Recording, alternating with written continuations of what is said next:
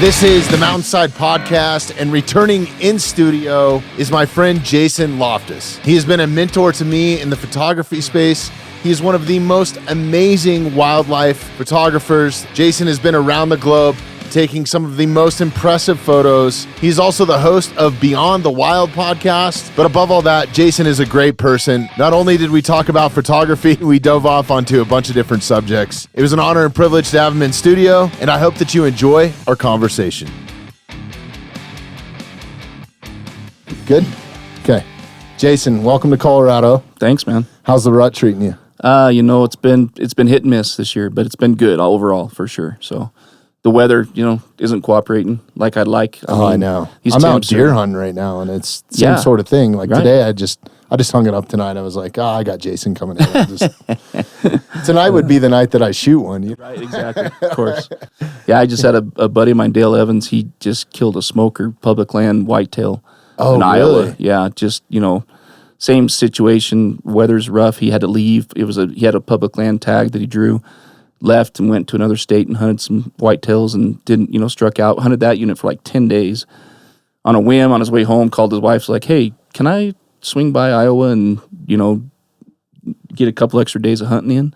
And he did, and he went in not opening morning, but the morning he got back and was questioning himself. And it's a great story.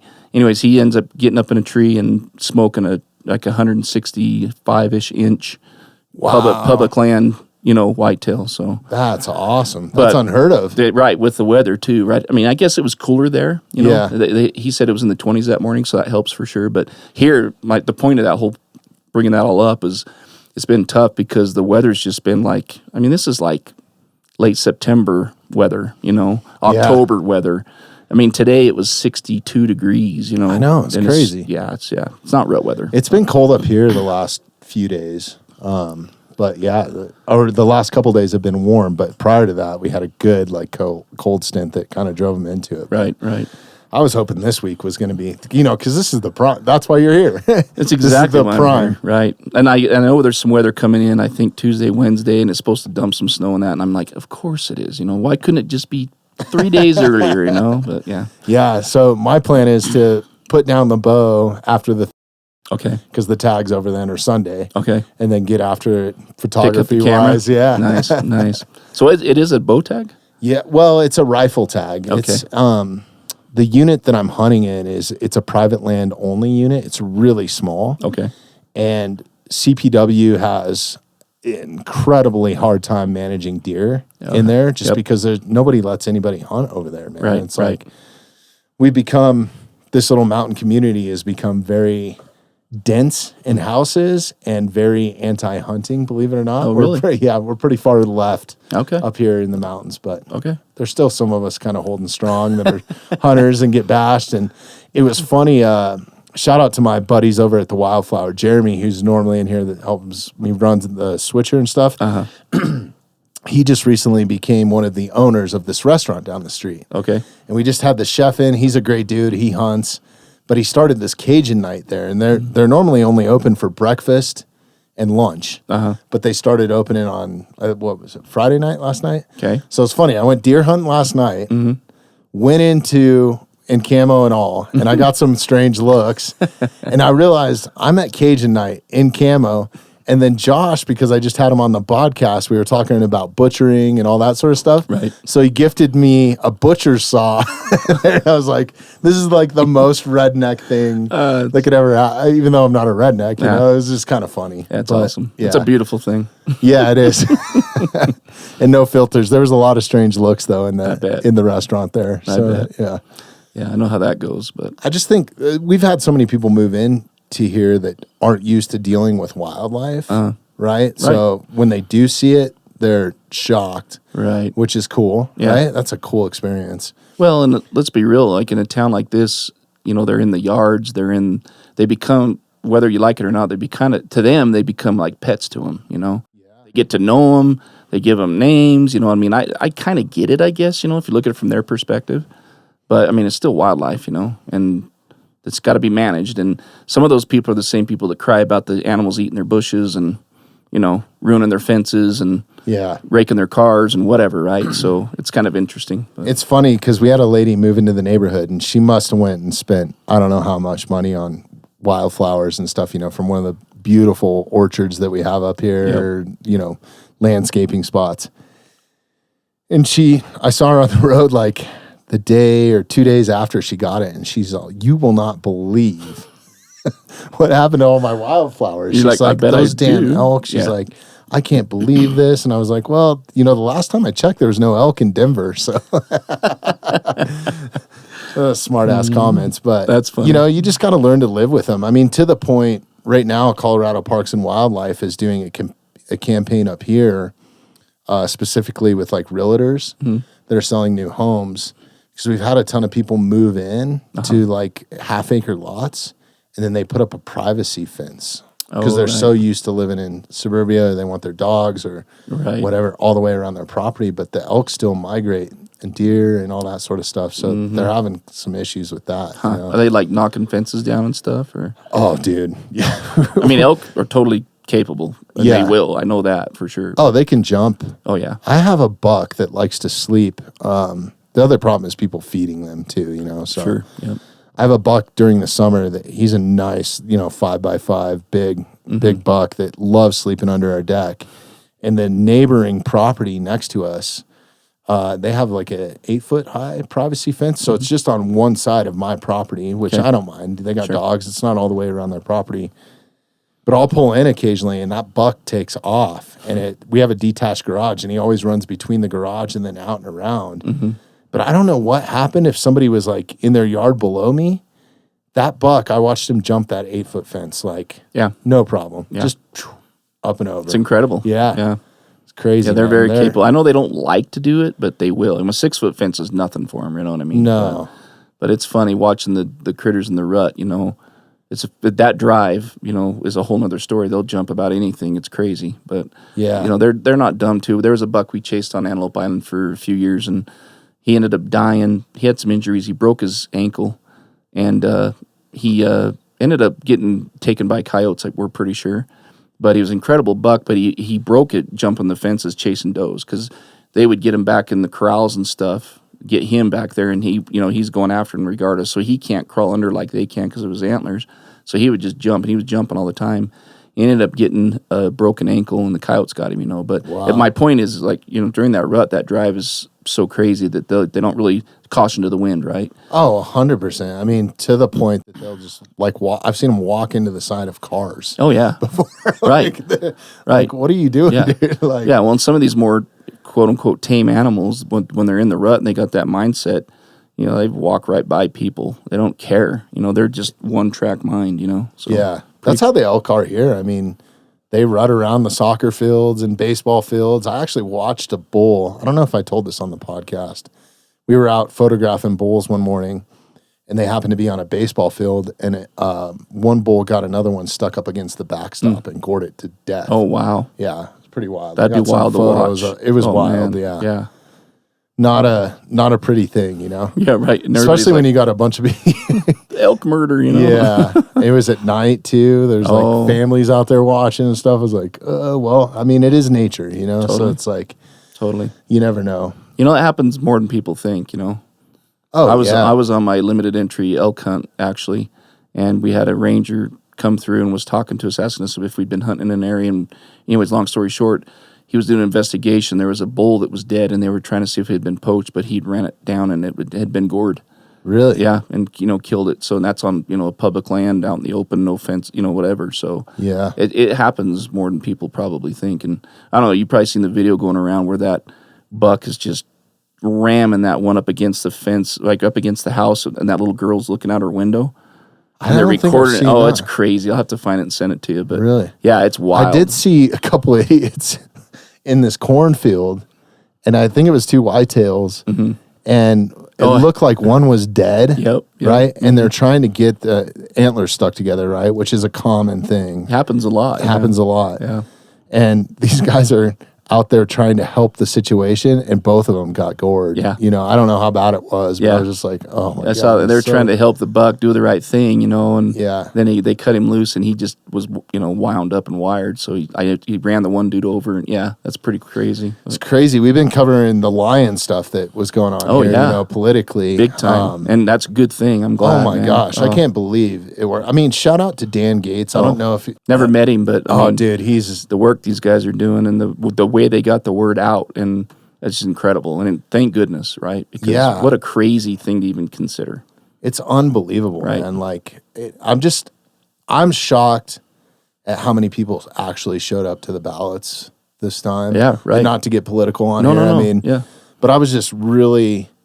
I've never seen the hunting community come together. And normally it's like, you know, you got your elk guys, and then you got your houndsmen, and you got, you know, it's just kind of this oil and water type atmosphere. And I've never seen it all kind of come together. And I just hope that we can keep that momentum. 100%. That's why I'm bringing Dan back in. I mean, I think this is our third or fourth podcast we've done with him this year, but he's already like, it's the first time hunting and fishing or wildlife is going to have something that's proactive on the ballot. Because that's basically what the opposite side is doing is... Absolutely. You know, they're just getting ahead of everything, and then it's too late by the time... Right. Yeah. So... Yeah, I mean, that was an incredible push and effort, and a lot of people, you know, it's awesome that we have folks in the hunting community that are, you know, dedicated to doing those things and that, because, I mean, without it, you know, we'd be losing ground every day.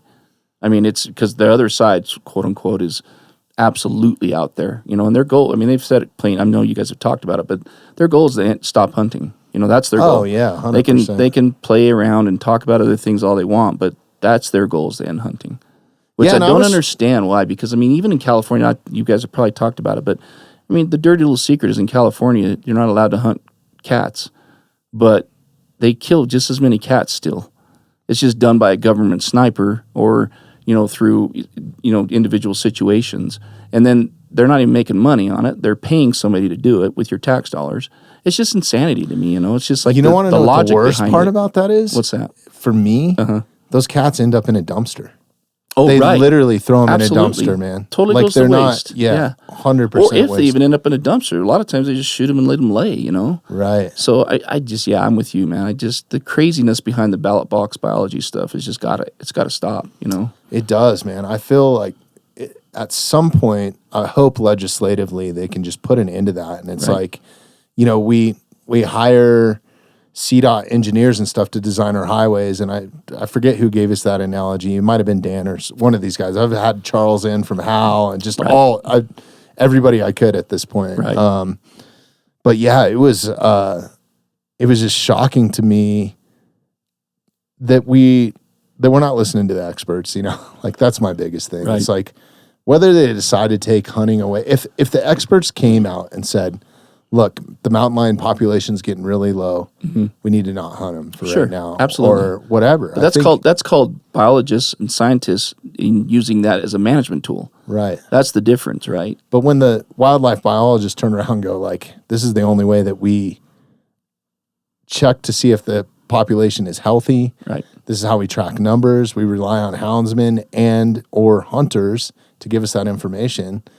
Like, if you shoot a mountain lion here in the state of Colorado, it has to be inspected by a wildlife officer. Right. They take a DNA sample from it. Like there's so much data that they get from hunting. Absolutely. Yeah. And it's a way more effective way to do it instead of having to try to collar them and, you know, track data that way. You know, I mean, they get data that way too, I'm sure. But, you know, when you're managing the population and getting that data from animals that are on the ground, it's way more effective for them. And the animal's not going to waste. And they're getting money from the hunters that are hunting. You know, I mean, it just all makes sense. It's just so logical to me, you know. And I don't understand, why does it matter to the folks whether the cat dies by a government sniper or whether it dies by a public land hunter? I don't understand, you know. Or natural causes. Man. Right. Well, I think most people that are, you know, want to agree with that and like, let's ban cat hunting, right? They don't understand the whole story. You know what I mean? I really don't think they're fully educated. You know? I agree too. I think it's an emotional tactic that the opposition side that is anti-hunting or anti-harvest, whatever you want to call it, right?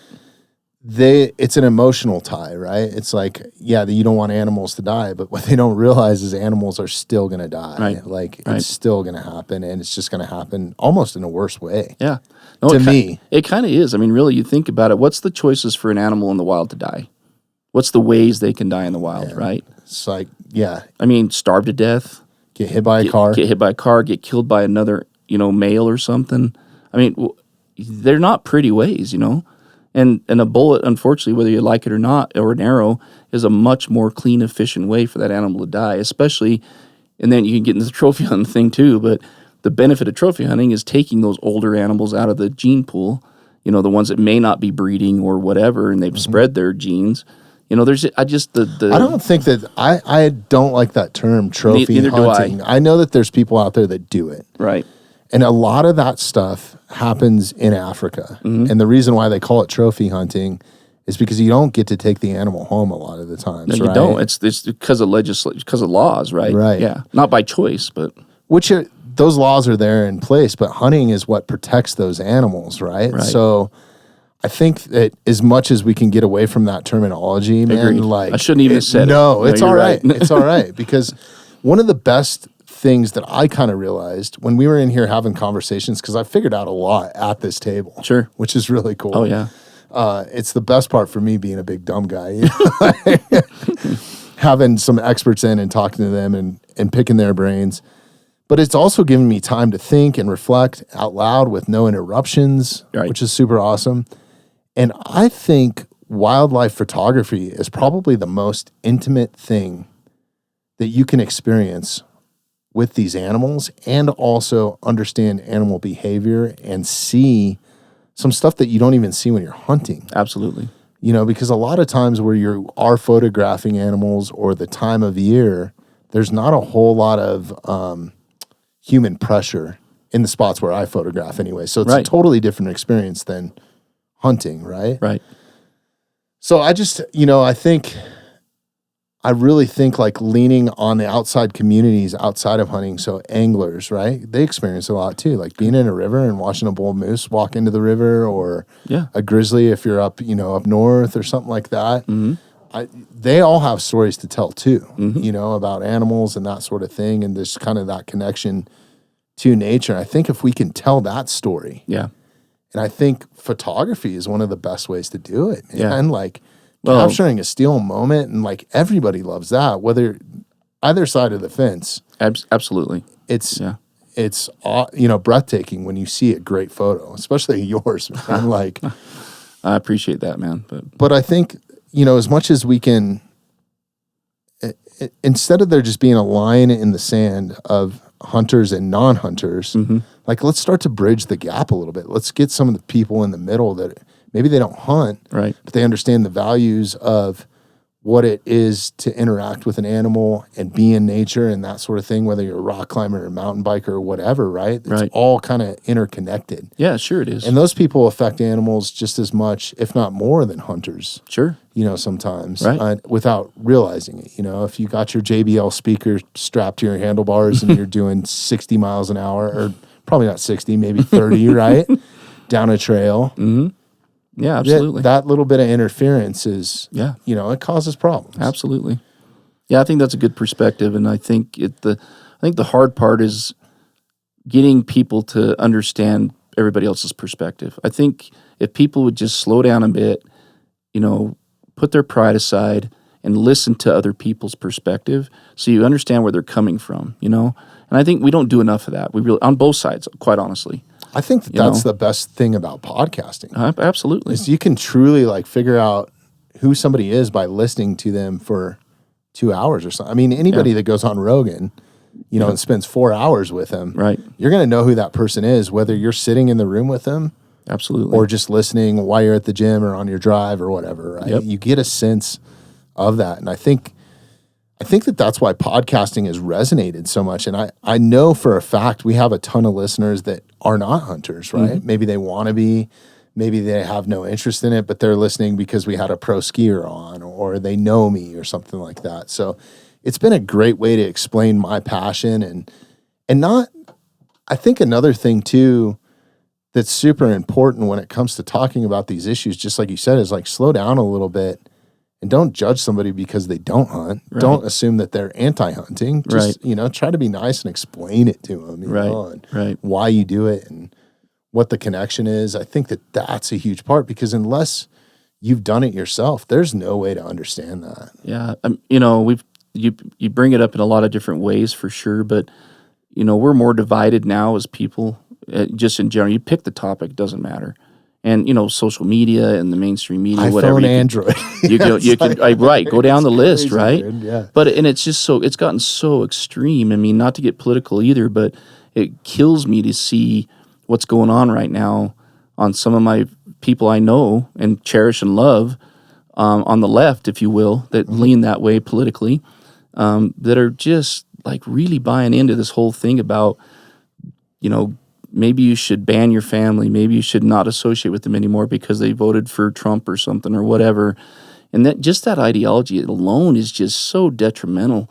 It just blows my mind that we're even hearing these things and that the people are considering that, It's like, no, what needs to happen is we all need to look at why are you so afraid that Trump got elected, right? And then on the other side, why did I vote for Trump?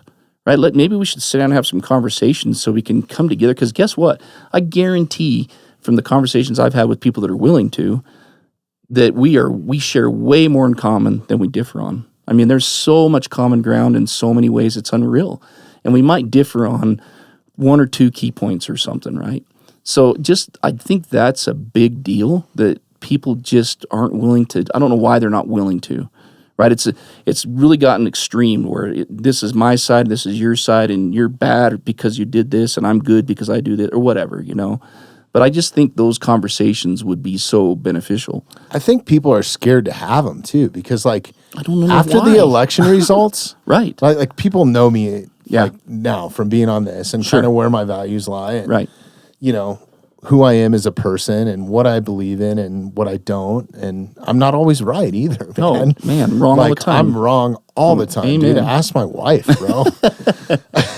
But it was crazy how many people kind of, after that landslide win, that I had no idea what their political values were excited to talk to me, right? Yeah, right.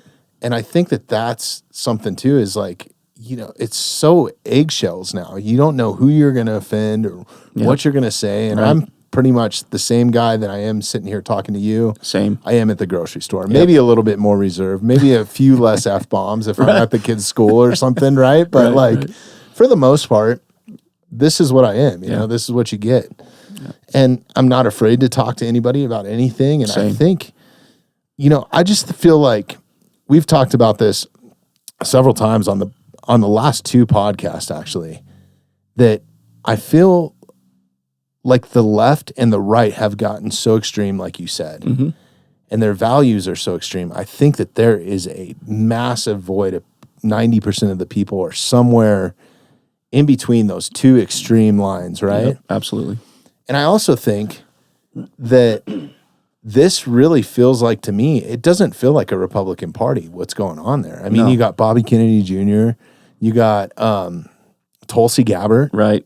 I mean, she was as Democrat as Elon was at one point. Absolutely. You got celebrities like Joe Rogan, that have kind of crossed that line too. I mean, it has been left. And they've said this before. I didn't mean to cut you off, but did they cross the line or did the line cross them?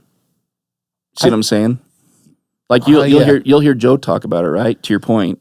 And he's like, the Democratic Party left me.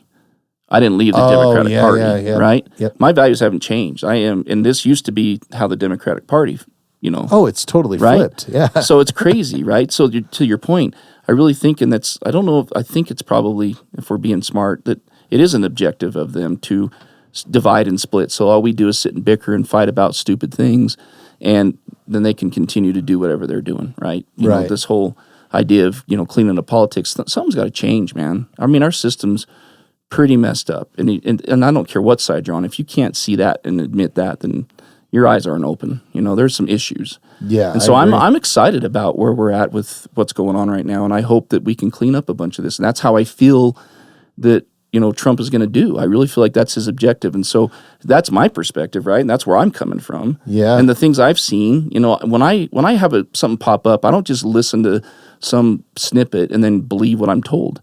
I actually go do some research and dig, and it's not hard. You have to. It is not hard either. And you can't do it on every subject and that, but the ones you're passionate about, go do some research. Yeah. You'll be shocked what you actually see. And the stuff you hear, like, it's been driving me insane. You hear this rhetoric coming from folks that, and again, we're getting political, I'm sorry, but no, you hear this right, rhetoric that comes, kind of the times, I hate saying left and right and Republican, Democrat, because I don't even claim either party. I really don't. I'm going to vote for the person that's going to be the best for me and my ideals and the things that I believe in, and it's going to support the direction that I want to go, right? That's it. That's all I care about. That's what it's about. That's part of freedom. Like, it's all whether I care people about. agree with you or not. I mean, I'm telling you right choice. now, if Tulsi would have been on the ticket for the Democratic Party, I probably would have voted for her.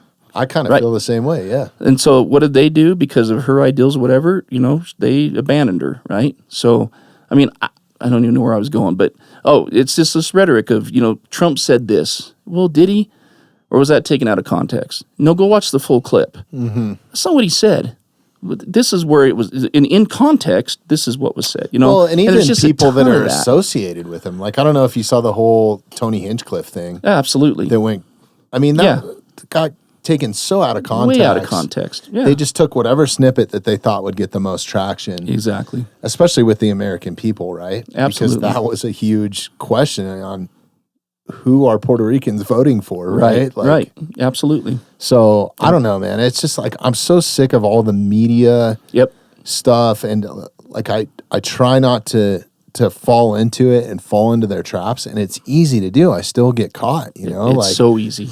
I got caught today. I was on YouTube. I don't even know what I was doing. I was doing something for the podcast, and the first thing that popped up is it was Putin making an address, and it said live. Okay. And it had nuclear stuff written all over it. Oh, boy, yeah. So what did I do right away? I'm like, it's live. I want to see what's going on right now. Click. It wasn't. The video was like from fucking 2 weeks ago or some shit, dude, before we even, Right. I mean, we can go down those roads if you want. But, right. No, I'm with you. But yeah, I think that this is the first time my buddy Jeremy, the same guy I was just talking about a minute ago, he calls it super friends, right? Because they're like all, going to the UFC and going to like watch Elon's rocket launch and all that sort of stuff. But I feel like this is the first time where we kind of have like that third party, even though it's under the Republican. Right. No, I would agree. There's somebody that's not going to play by the Republican rules or the Democratic rules. Or the Democratic rules, and he's going to try to clean up and do what's best for the country, and that's why he got my vote. Amen. I mean, I truly believe that. That's my point. I believe that that's what he has is America's best interest, and his 4 years when he was in office proved that to me. Mm-hmm. I mean, that's all. It's as simple as that for me, right? But yeah, I agree. I wish there were some better candidates too, man. Like, is there somebody better than Trump out there? Probably, right? Probably, absolutely, 100%. I'm sure that there's some stellar candidate. Yeah, well, maybe Pence, I don't know. Or maybe Vivek, or maybe, who knows, man, how the next little while is going to go. It's a crazy job. It is a crazy job, yeah. But anyways, kind of get off the politics stuff. It gets us fired up. But, I mean, I will just say this. I am an open book, too, and I don't hide who I am. And, I mean, I'm happy to have any kind of conversation with you. Matter of fact, that's how we learn. That's how we change our perspectives. That's how we consider other perspectives. And if you're open-minded about it, I had a professor tell me this a long time ago when I first started college, and it stuck with me my entire life. And he was talking about professors, but I apply it to everybody I meet. And he said, if you go into with the mindset you can learn something from everybody, then you're going to be able to take away what you need from any person you meet, whether it's, a good professor or a bad professor in that context. It might even be what not to do, right? But I've really tried to apply that to my entire life, right? Anybody I meet, I know I have something to learn from them, So I think if we all did that a little bit and just were able to have some open conversations and consider their perspective, that to me just kind of summarizes it, and be genuine, not be judgmental. I think, right. I think that's, especially with social media and all this sort of stuff, it's very easy to judge people. It's very easy to judge people from your phone. more now so than ever because you're seeing more people. Like on a day-to-day basis, if you lived in a mountain community before this came along, you maybe saw 20, 30, 40 faces in a day. Right. And that's if you're like getting around town and you're going to the schools and the PTA meeting or whatever, right? Right. Now, I mean, it's constantly, you're looking at somebody's face or some other body part, right? There's a lot of that out there too. Yeah. But I think it's just that constant interaction just kind of, it makes us almost more judgmental, I think, a bit. Yeah, sure. Right? Like I get caught up in it, absolutely. And I try not to, but no, I'm freaking far from perfect. And, you know, it's easy because it's the way it's set up, you know what I mean? But it's funny, I'll tell you a quick story. A guy I really admire now, I call him a friend for sure, but we used to be competitive when it come to the photography thing. It was hilarious because I didn't know the guy personally, but I knew that, you know, he was getting the Mule Deer Foundation cover about every other time. He'd get it, and I'd get it. He'd get it, I'd get it. You know what I mean? It was one of those, and it was just kind of fun, but it was like, that sucker, you know, I don't know this guy. Man, dang it, you know, he's getting, you know. Anyways, long story short, we kind of avoided each other, whatever. We finally met one day in the field. And I went over and introduced myself. I said, "Hey, man, what's going on, Sam?" You know, I don't care. He won't care that I say his name. But I said, "What's going on, Sam?" And we got chatting, and we just hit it off, man. We share this exact same passion, and we're doing the same thing, and we both were judging each other completely out of it's context. Just competition, absolutely, right? Yeah. Right? But then I talk to him quite a bit now, you know, and I always check in, how's he doing, whatever. Love his stuff, support, you know, cheer him on, whatever, right? And vice versa. But, you know, that's way more healthy, you know, the supporting each other and cheering each other on than the, you know, oh, man, that guy, man, I can't stand him because he's doing something I want to do and he got a cover and I didn't get it, you know, blah, whatever. You know, that's the worst outlook I think that you can have. I mean, I'm so fortunate with the few podcasts. We have some pretty big podcasts that are in this immediate area. Which is cool. And they're all kind of outdoors podcasts because of where we're at or hunting or whatever. But we all kind of have our own little niche. We kind of share the same sort of guests. But we have been so supportive of each other. Right. Like, hey, can you come help me, dude? Something's going on with my camera switcher. I can't figure it out. Or, hey, would you mind putting me in touch with this guy? I'd really like to have him on or whatever. You know, like I just think that sort of help or that sort of community has made us all flourish and grow, right? Absolutely. That's why we have this little like corner hold over here in Colorado in the Rockies, you know, it's just kicking ass. So yeah, it's awesome. I'm pumped for you, man. I'm happy for you. I'm honored to be here too. Dude, I'm so stoked to have you in the studio. The last one we did virtually, and that might have been my first or my last virtual podcast that we did. Yeah. It might have been. Yeah.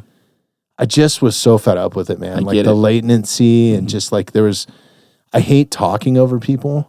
And I try to be better at that, and I'm really bad at it when I'm online because there's like a little bit of lag with some of those recording programs and stuff. Yep. So this is so much better, dude. So I really appreciate you taking the time, coming to visit. It's freaking awesome, man. Yeah, it was kind of a struggle lining it up on my part, but you know, I appreciate you being so generous to be flexible. And, I'm so flexible with it. It's just like if it happens, it happens. It's kind of the approach that I'm taking. Yeah. It's been crazy lately. We've been drinking from the fire hose. It's just like we're kind of backlogged right now on beautiful on guests. Yeah, it's awesome. Yeah. So, but I've always wanted to have you in the studio. I mean, before I even started the podcast, you have been such an inspiration to me. Oh, wow, man. As a wildlife photographer. And I'm a hobbyist, right? And especially since the podcast has taken off, I've really had to pick and choose my hobbies, right? Because I'm in here a lot. There's a lot of behind the scenes stuff that happens. Yep. And that's taken up my time, and I'm enjoying doing that creatively. You know, I'm enjoying having these connections, and I got people that help me out, which is awesome. So I'm hoping one day I can get back to chasing doing that as too. A hobby you know what I again. mean? Yeah. But this is the main goal now.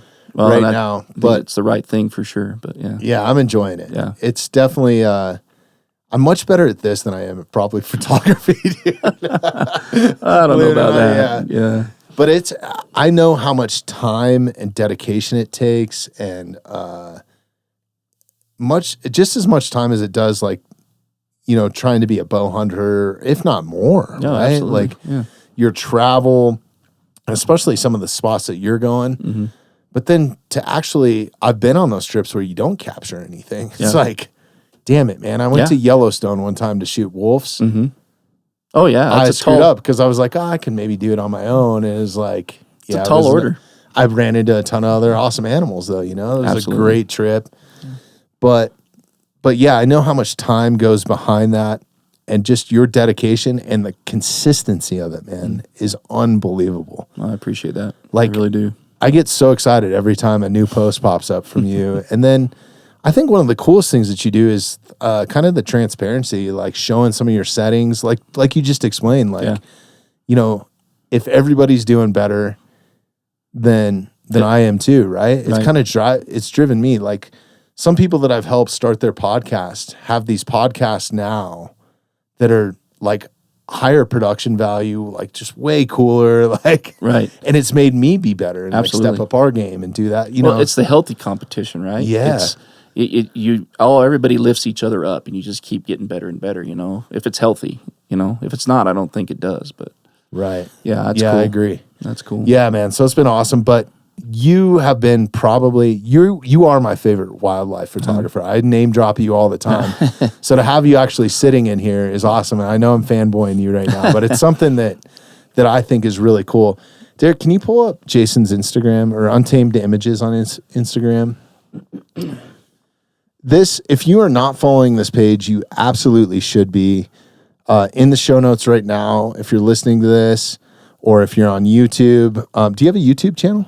No, I don't really. Okay. I mean, I do, but I don't have anything on there. So. Anyways, we'll put live links to everything. Unfortunately, if you're on YouTube and you're watching this, just go to it's Untamed Images. If you type that in Instagram, it'll come right up. I think there's a few letters behind it, right? Yeah, there's by JL, but it'll pull it up if you type in Untamed Images. Yeah.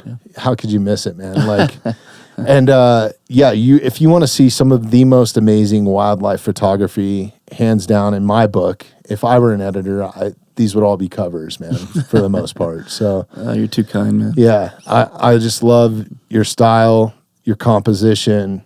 You really, I think this is a testament to you, how much time you actually spend in the field.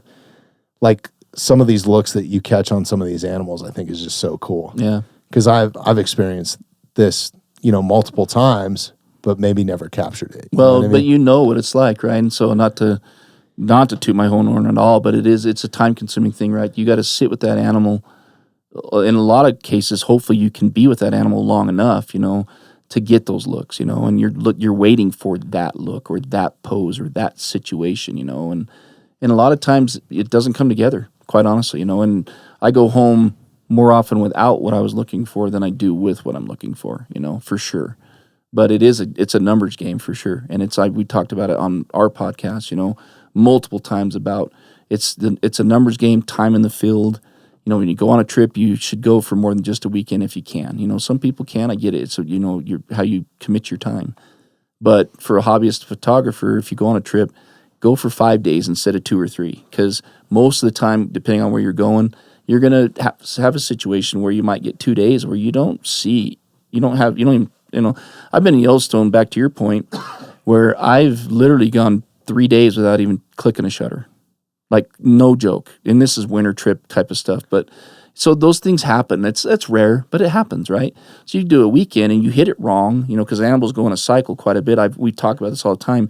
And they go, like, you'll have 2 really good days and all of a sudden it'll just be dead. It's like, what in the world's going on, And what I found, I think, just from years of doing this, is that you'll get a lot of good activity and then the activity will die down. And you'll get a lot of good activity and the activity will die down. And I don't know that it's on a consistent cycle, but it seems to kind of cycle like that, right? So when you're in the field and you're trying to capture, for example, the one up there with the buck backlit with the breath coming out, there's something like that, trying to capture that in the field is, you got to foresee what's going on. You got to try to put yourself in the right position. Sometimes it happens by dumb luck, right? You're in the right place. Then you're playing the light too, right? That's my point, putting yourself on the backside to get the breath, to get the light, to get the, So, yeah, I'm not by no means to toot my own horn, but that is a big part of, I think, what some people don't understand is they think you can just go buy a good camera, go spend some time in the field, and you're going to end up with all these awesome images, right? Yeah. And I learned the hard way, same, that it's way more than that. It's really time in the field, I think, right? It is. And how much you do it. And technical skills, right? I mean, that comes pretty easy nowadays with the gear. It's crazy how fast some of these young guns are coming in, and it's amazing the stuff they're producing. I'm blown away. And they're, 6 months in with a camera or a year in with a camera. And it's incredible. And I mean, that's awesome. I'm super pumped for them, I had a much bigger learning curve. And I'm complaining, but the learning curve back in the film days was even greater, right? Oh my gosh! So I mean, I was lucky to come in the digital age, right? So lucky or unlucky, however you want to look at it. I feel like I missed some technical learning. God, there's nothing like. I'm sorry, I don't mean to interrupt you're fine, you. We'll keep going here in a minute, but I feel so fortunate that they offered when I was in middle school or junior high. They offered photography as an elective, right? And I had an uncle that was into wildlife photography and stuff, so he gave me a hand-me-down camera. Mm-hmm. It was like an old Fuji, like 35 mil, whatever. So I had a decent camera, and then spending that time in the dark room and just like not being able to go back and look at your shots. You had to wait until it hit that bath, and then you knew what you were looking at. And then it was like, you couldn't look too long because then you'd overexpose it or what. There was an art behind that too, Absolutely. man. It was so cool. And I really think when I came into the DSLR stage, and I haven't gone, well, I guess we got mirrorless cameras in here, but that I shoot on every once in a while. But my big cameras with all my nice glass, they're all still DSLRs. Mm-hmm. And I think me taking some of that experience over, when I first got my DSLRs, I was like, this is great. Just spray and pray, dude. And then you start going through photos and you're like, oh my God, I should have waited for what was I doing? Yeah, this is crazy. Mm-hmm. Right? So there was like that learning curve. But I think the way that I shoot now, and this is one of my questions for you, is I kind of shoot with that roll of film mindset. Like I'm waiting for that shot. I don't want all these crazy shots in between. Like, if it's something interesting, if the elk's licking the salt off the side of the mailbox that's in the middle of town, maybe, Right. But really just kind of waiting for those shots to where when I'm coming out of the field, maybe I'm coming out with 100 shots in an evening, right? As opposed to 3,000. Right. And I know like some of the photographers I go out with, man, it is just like they're shooting a NASCAR trying to go by. It's just rapid fire. Yep. And some of the guys now too that, like Mike Pintar was saying, they're doing this in pro rodeo photography too. Mm-hmm.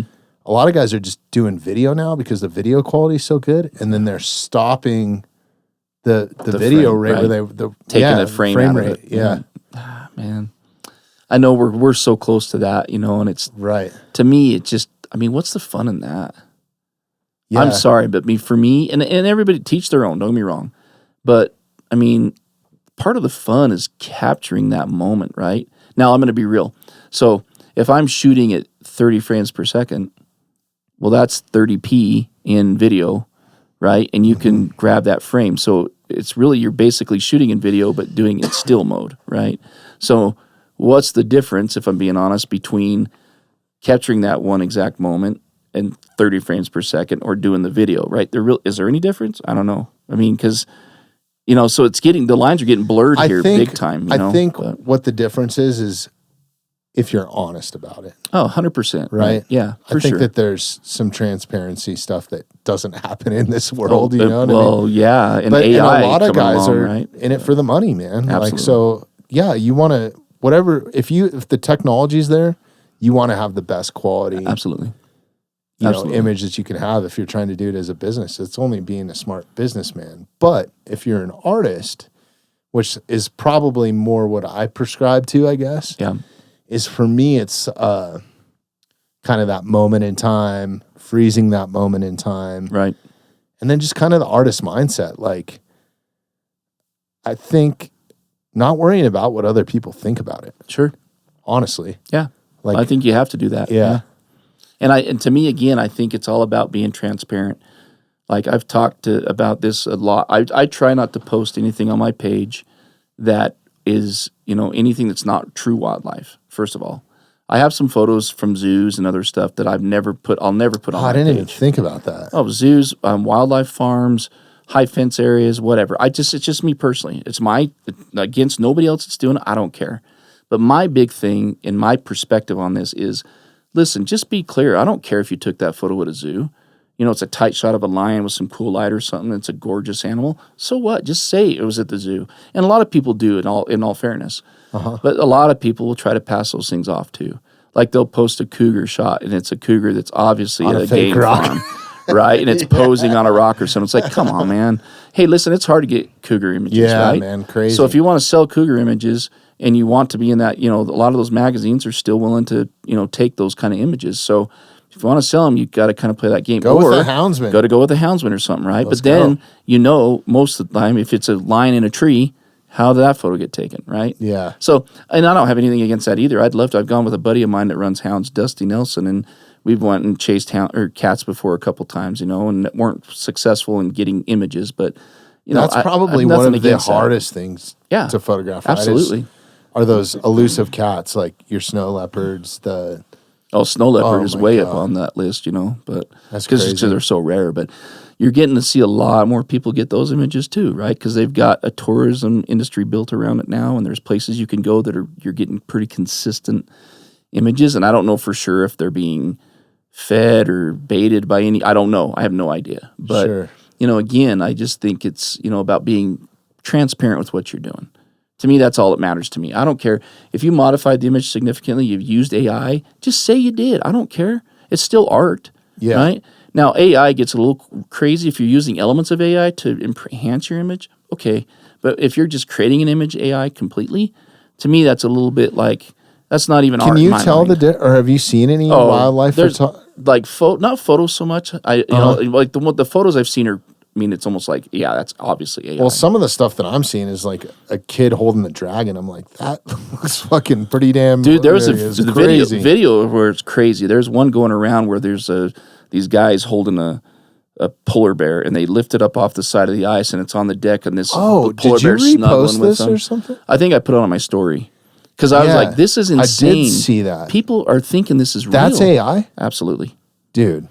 I thought that was real. And I was waiting for the guy to get his face bit or something, right? Right. And it's really good, but if you look at the toes on the polar bear, you can see. Like, the dead giveaway right now on most of this stuff, and it's going to get better where you can't tell. There's no question. Yeah. But, like, on a kid, like, there's a kid that's eating, like, on some beach, and it's like a little chubby baby, and he's eating these lobster tails.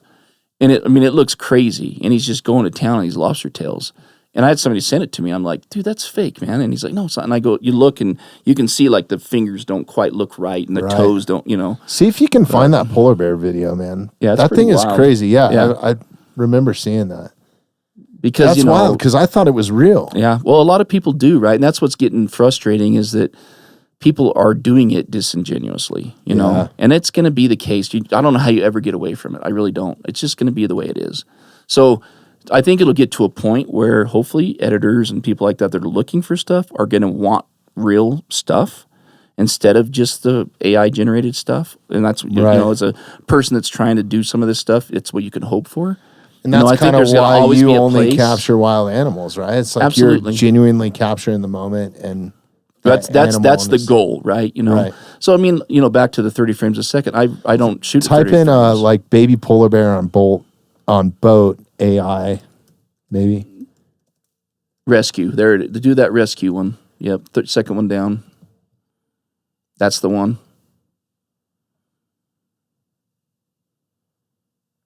Yeah, this is wild. Oh no, it's gonna make us log in. I don't have a TikTok. We had one at one point. That's funny. Maybe search it on Instagram. That's TikTok. It's got to be on YouTube. There you go. Now watch me be proved wrong here. Yeah, we'll probably have to watch an ad now. Oh yeah, you can see the toes, huh? Well, and it's, especially when it gets up closer. Look at that. You can see some of the kind of the delay and.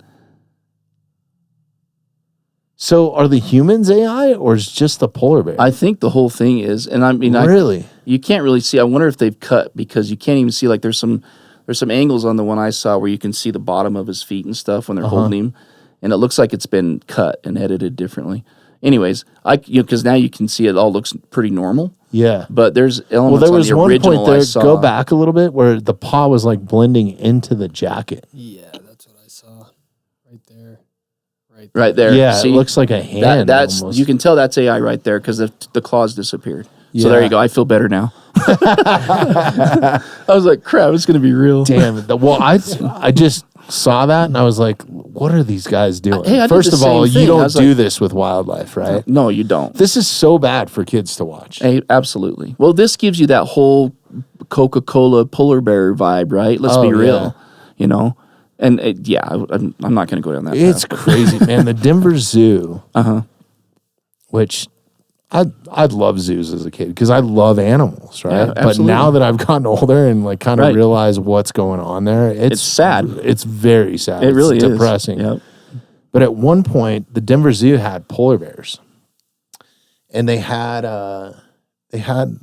baby polar bears too. It was Klondike and Snow, I think, was what they ended up naming them. Sure.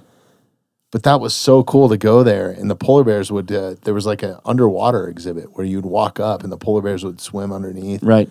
So cool as a kid, man. Well, we have but how miserable were those polar bears, dude? Like, we have a zoo in Salt Lake, and it's a whole gold zoo.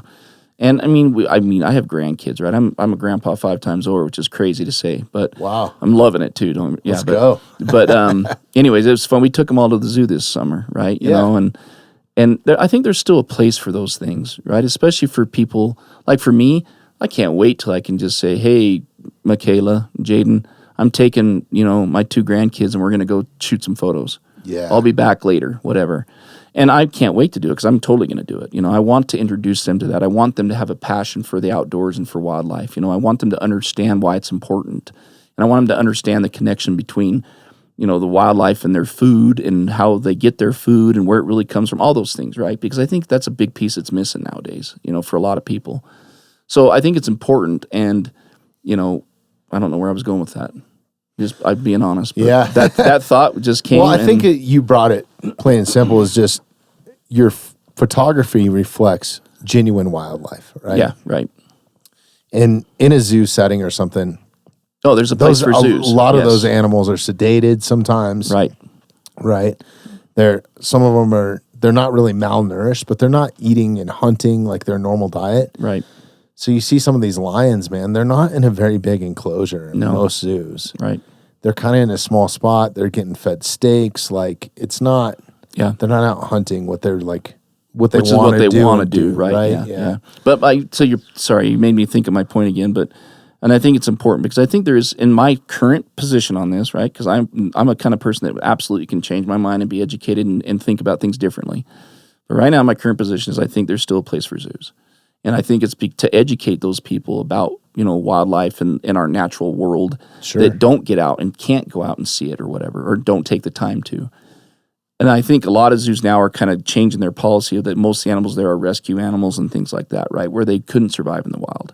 So even though it's a little sad to see them, that animal may not even have a life if it wasn't there, right? Sure. Kind of a thing. And I don't think that's true for every animal in all the zoos, don't be wrong, but I think if that's where we're going, then there's still a place for those kinds of, situations, I think, Yeah, I think it's good to have those connections with animals that you can't see in a safe environment, right? Sure. And some are better than others. If you're not checking out the Mountainside Podcast on YouTube, you absolutely should be. If you like the content that we create here and you want to help support the podcast, please take a moment, subscribe to us on YouTube, and hit that notification bell. Definitely check out Cheyenne Mountain Zoo. So if there's a zoo that's doing it right, I'd love to go check it out. It's cool. So. It's on the side of a mountain. Yeah. They have a ski lift. Have you been there? Oh, shit. Okay. They have a ski lift that you can ride, and it's the old school one. Oh, yeah. That has like the lap bar. Yeah. So you're kind of at your own discretion. And you go over a tiger enclosure. Oh, very cool. And you go over like... So it's on the side of this mountain, which is really cool. And they have like a whole grizzly exhibit there with, bullhead trout in it. Or not bullhead, greenbacks. Oh, wow. Is it greenbacks? It's whatever the Colorado native trout is. Okay. I'll look that up real quick because I want to be right about that. The anglers are going to eat me alive. But they have, just the enclosures are really cool. They have a wolf exhibit. A lot of times you go there, and you don't even see the wolves. I mean, you might see them in trees. They have like a big enclosure, and it takes up the whole side of the mountain. So you can if they have some ADA stuff like golf carts or something that like drive. Mm-hmm. But if you start at the bottom of the zoo where most people start, it's probably like a 2-mile hike where you hike up this mountain. Like you have to be in shape to go up there. Yeah. But it's cool, man, the whole way. But your point is they're in bigger enclosures, so it's a little bit more natural for them. And yeah, that's cool. It's pretty cool. Huh. I'll have to go check that out. Yeah, it's definitely worth the trip. Greenback. Okay. In the South Platte River Basin. Awesome. Thanks, man. Yep, that's really cool. Yeah, they got some cool exhibits there. So, I think right before, it was either right after the first podcast that we did virtually. You were going on a polar bear shoot in Norway, right? Yep. Yeah, it's been. How was that? Oh man, it was so incredible. Your shots are amazing. Well, thank you. Yeah, I really, honestly, didn't get a lot of polar bears, but I don't. It's one of those where you get there and it's like I'm all gung ho. I'm gonna just get all these polar bear images. This one's from Churchill. But not that it matters, but it's not from our Arctic trip. But Svalbard's incredible, that island. It was so cool, the whole experience, being on an icebreaker boat. Sorry, where is that? Churchill. Okay. Yeah. Nice. Churchill. Yeah, we went on a... God, look at the colors. Right, we went on a trip so badass. in September specifically to try to catch the polar bears with some color. Wow. And I have one, if you go back to the main page that I posted a little while ago, that, I mean, it's just, it really talks about what we were looking for, and the colors were just insane. Go the other direction, sorry. Yeah. Yeah, if you're listening to this podcast, you definitely need to go to YouTube. So that was from Svalbard. That image there was from Svalbard. That is awesome. Keep going down. Sorry, people are like dead air if they're not. There you go. No, that's a good one. All right. Had a seal carcass, that was out on the ice, and we were on the icebreaker boat, and that bear came over and checked it and played with it and was eating, kind of picking the scraps and stuff. And then that bear right after that came right up over to the boat, like really, like literally like me to you, like just right there on the ice. Couldn't get on the boat because the way the boat's designed, but yeah.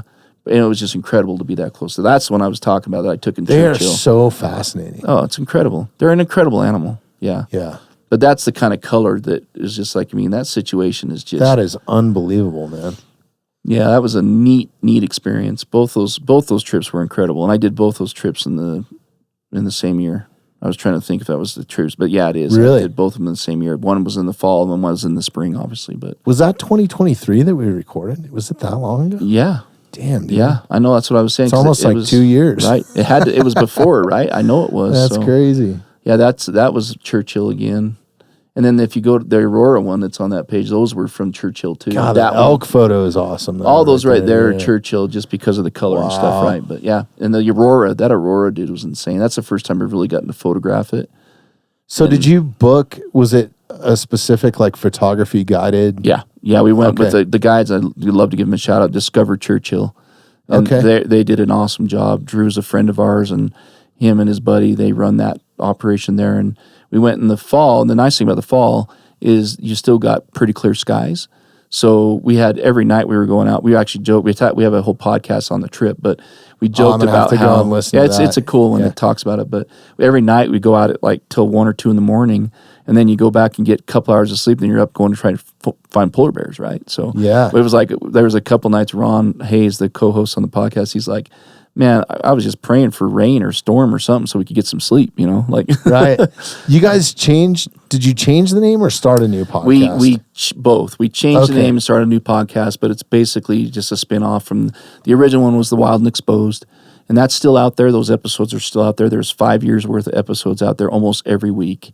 Wow. And then the new one we've been doing for just almost a year now, and we're sponsored by awesome company Picture Line, which is a camera company there, camera shop in Salt Lake. Big shout out to them. They're such a great supporter.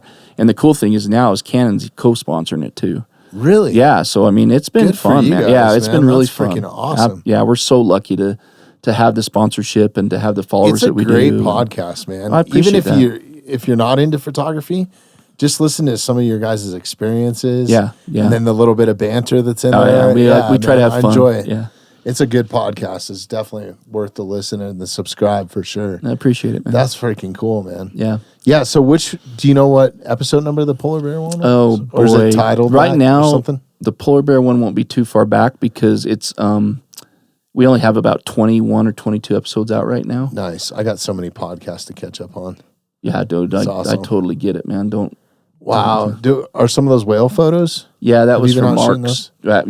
You can go back on Wow, the. that is crazy. The nice thing is go to the Instagram page, right, and check Yeah. out the episode, kind of which one's which, and that, and then go check it out. Oh, that's cool. We've had some really good cool, artwork to go with the podcast cover, huh? Yeah, we've had some really good guests on. It's incredible. So. Oh, you guys covered some Colorado stuff. too Absolutely. There. Yeah, Yeah. that's awesome. Yeah, that's a man. buddy of ours, Kevin. He was trying to get all the cats in Colorado on trail cams in a year, right? And Oh, that's what I was going to tell you. Originally, when we dove off on the cat thing, I've met all these people that are cat hunters or houndsmen and stuff in the state because of that, right? Yeah. And because of the podcast, Right. and them personally reaching out and either thanking me or like, hey, it was a great episode, or you should add this, man. Like the community. I didn't do that by myself, man. It was all those people like sending me footage and still images and, hey, this is what's happening in the San, Juans, or this is what's happening. It was so cool, man. Yeah. So it's like, that's where all my knowledge came from. Sure. And it was like boots on the ground, real people, like ranchers, Yep. that sort of thing that somehow heard about the podcast, probably because of Dan is like a superstar in that world. But long story short, I got sent. If you go back to our Instagram, God, this is so awesome. These photos are awesome too. All right, I'm going to have to geek out. I know I'm going to be up all night now. If you go to, we did a story post, so I don't know how to get those. Do you go to archive? Is there an archive or something? You have to highlight it, You make it a highlight and then you can go back. Okay. which is this area. Actually, go up to the little, go to more. Go to more down here. How long ago was it? It was like yesterday. Oh, then you could probably go to your story. It was a trail cam that somebody sent me. And it's of this cat trying to take down a mule deer and misses, man. And it is wild. There's sound with it too. I'll have to find it and show it to you. Yeah. Do some digging. Look at like there should be a story archive. Or do your activity. You might be able to get to it there. Maybe. I'm terrible with this too, so story replies or maybe. Yeah, keep digging, Derek. Maybe go up to the little gear cog and see if you can find it. But it was There's just people yelling at us right now. Go click that button. no, they can turn this off if we're really upset them that bad. Oh man. Oh yeah, there's probably some experts out there. That's what I'm saying. That's They're why like, I don't have people phone in, dude. It would be Phone a like, friend, yeah. That's why we don't record these live. So sorry, back to the polar bear trip. Yeah. What, like, was there some stuff that happened that was like unexpected, or did you kind of know, No. like, so, going into that? Like, because I always have this weird perspective of like, man, this is how it's going to be. It's going to be awesome. Yeah. And then you get in the actual situation, it's totally different. Yeah. Right? Well, that was totally the case here. Okay. And in a good way, right? So It's that one right there. we Yeah, gotta- sorry. No, we got to see Derek's this real pretty quick. Yeah, this let's is see it. awesome. That's it. Oh, I did see that. See if That's you can so give us some wild. sound. Oh, I thought that was 2 deer when I saw it. Yeah, that tree saved that buck's life, I think. Oh my God, dude. So crazy. Back to it. There's some wildlife right there. Chris Camozzi.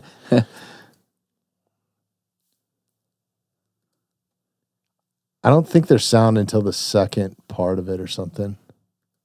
Maybe it's, maybe you just got to turn it up. Jeez. Sorry, guys. No, No, you're you're fine, good. dude. You're good. You're doing awesome. Instagram trouble, bro.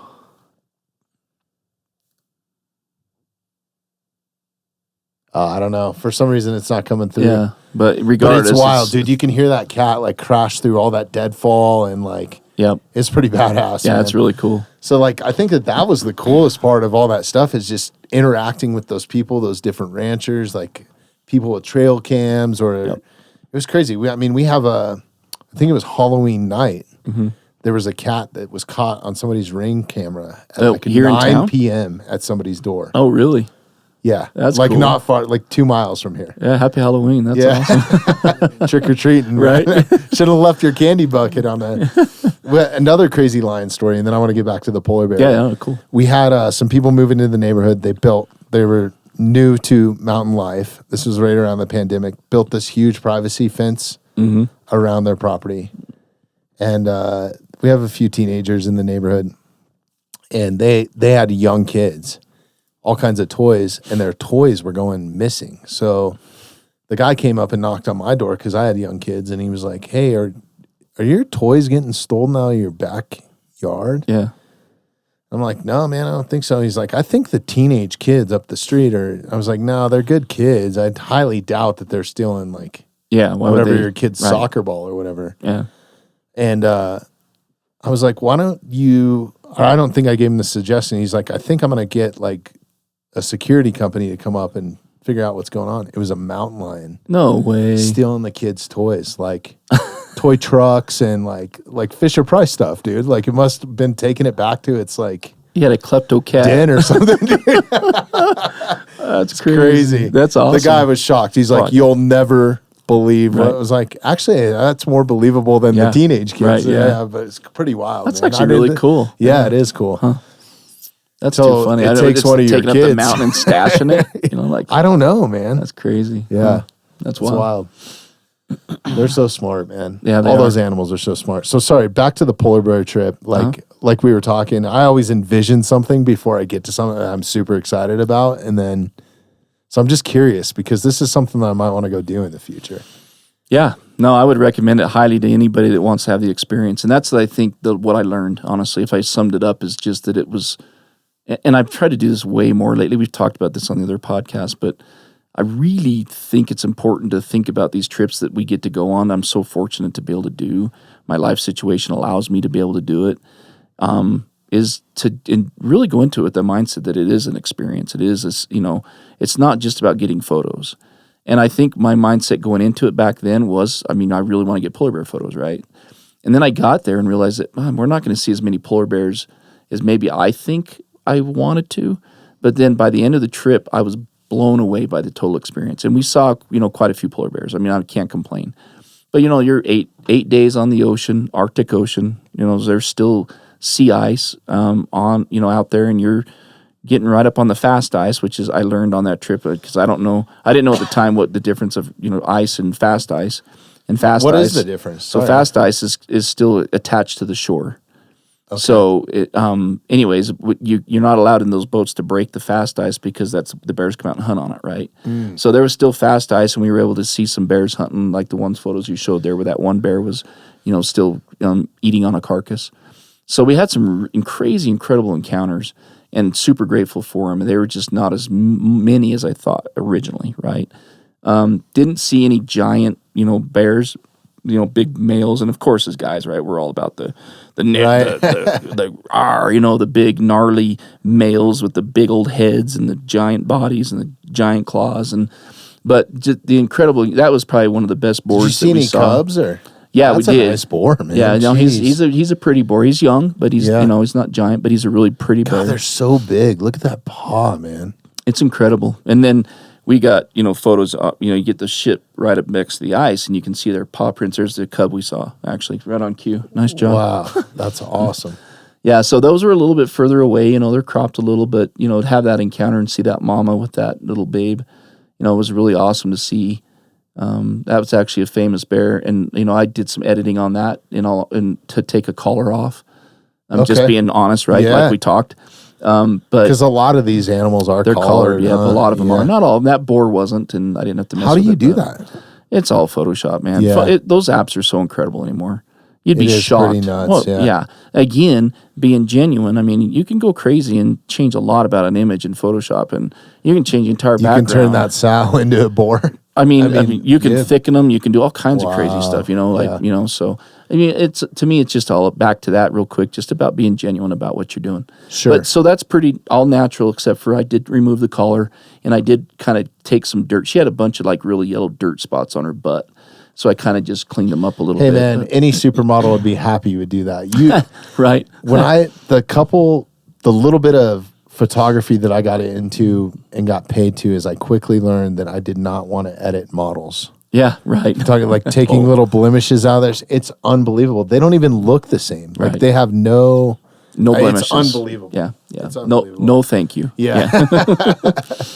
Yeah, but yeah, I mean, to this is a great example here. We got to see so much wildlife, and I've never seen those. God, that's an awesome photo. Seeing those I could look at these all night. I mean, it's incredible what we saw. And then we get back to Svalbard, and you're off the boat, we're seeing walruses, we're seeing seals, we're seeing the polar bears, we're seeing whales, we're seeing reindeer.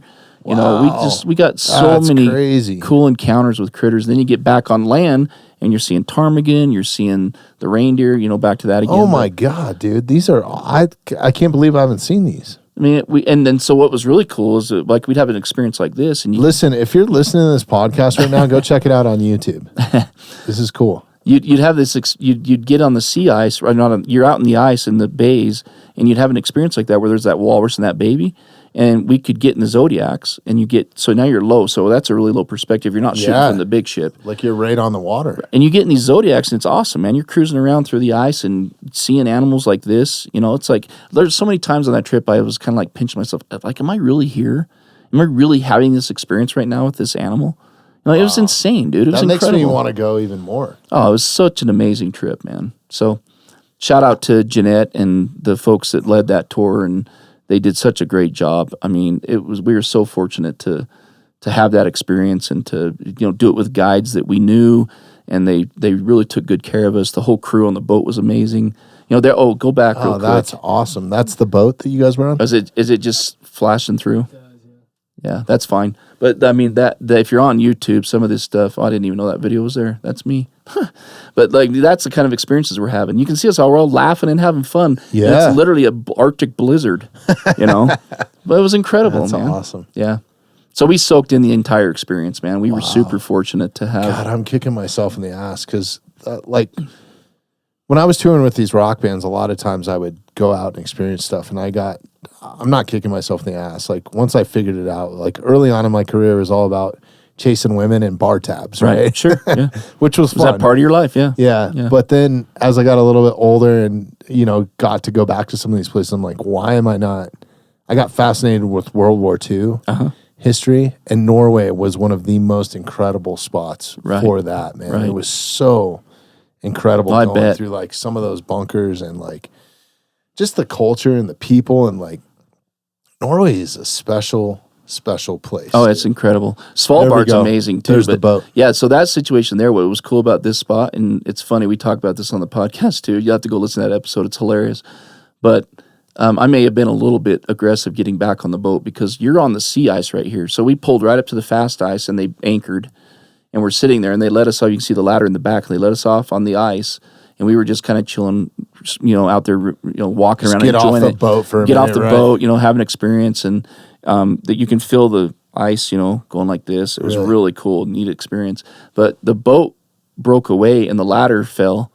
And so it's like, and we're out on the ice, it's like, so there's like a mad scramble to get back to the boat and get on the boat, but it was so what fine. did they come out with a Zodiac? No. They were able to get it re-anchored and get the ladder up, and we were fine. It was not a big deal. Damn. But there's that little moment of like, where's the boat shit. going? Like, and I have nowhere to go, Right. So, and the ice was, they call it was getting kind of rotten.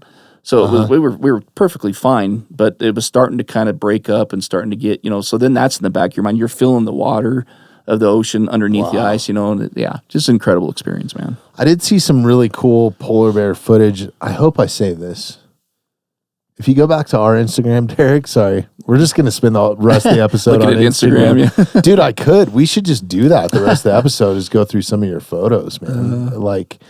Everyone has a story. I'm telling you, it's crazy. That's the coolest part, man, to me. And like hearing that full story, and you do put some of that in like the description. Yeah, I tried to. Sorry, go back to like saved, like other people's posts that I've saved.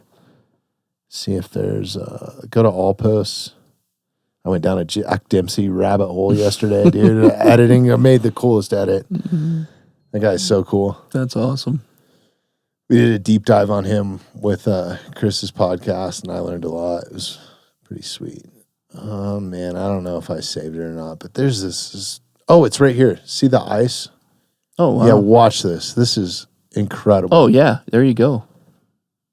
Check that out. I thought it was so cool because it's just the oceans There, rolling that perspective. Yeah, it wasn't rolling that much. I'm just. I hope this us, isn't AI now. No. I think this is legit. So they must have This taken this from like a drone or Yeah. helicopter or something. Yeah, I'm sure it was drone footage. It's actually pretty common up there. But isn't that incredible? And That these is animals, so cool. These animals. The other Look thing at that shot. Oh, it's insane. That's incredible.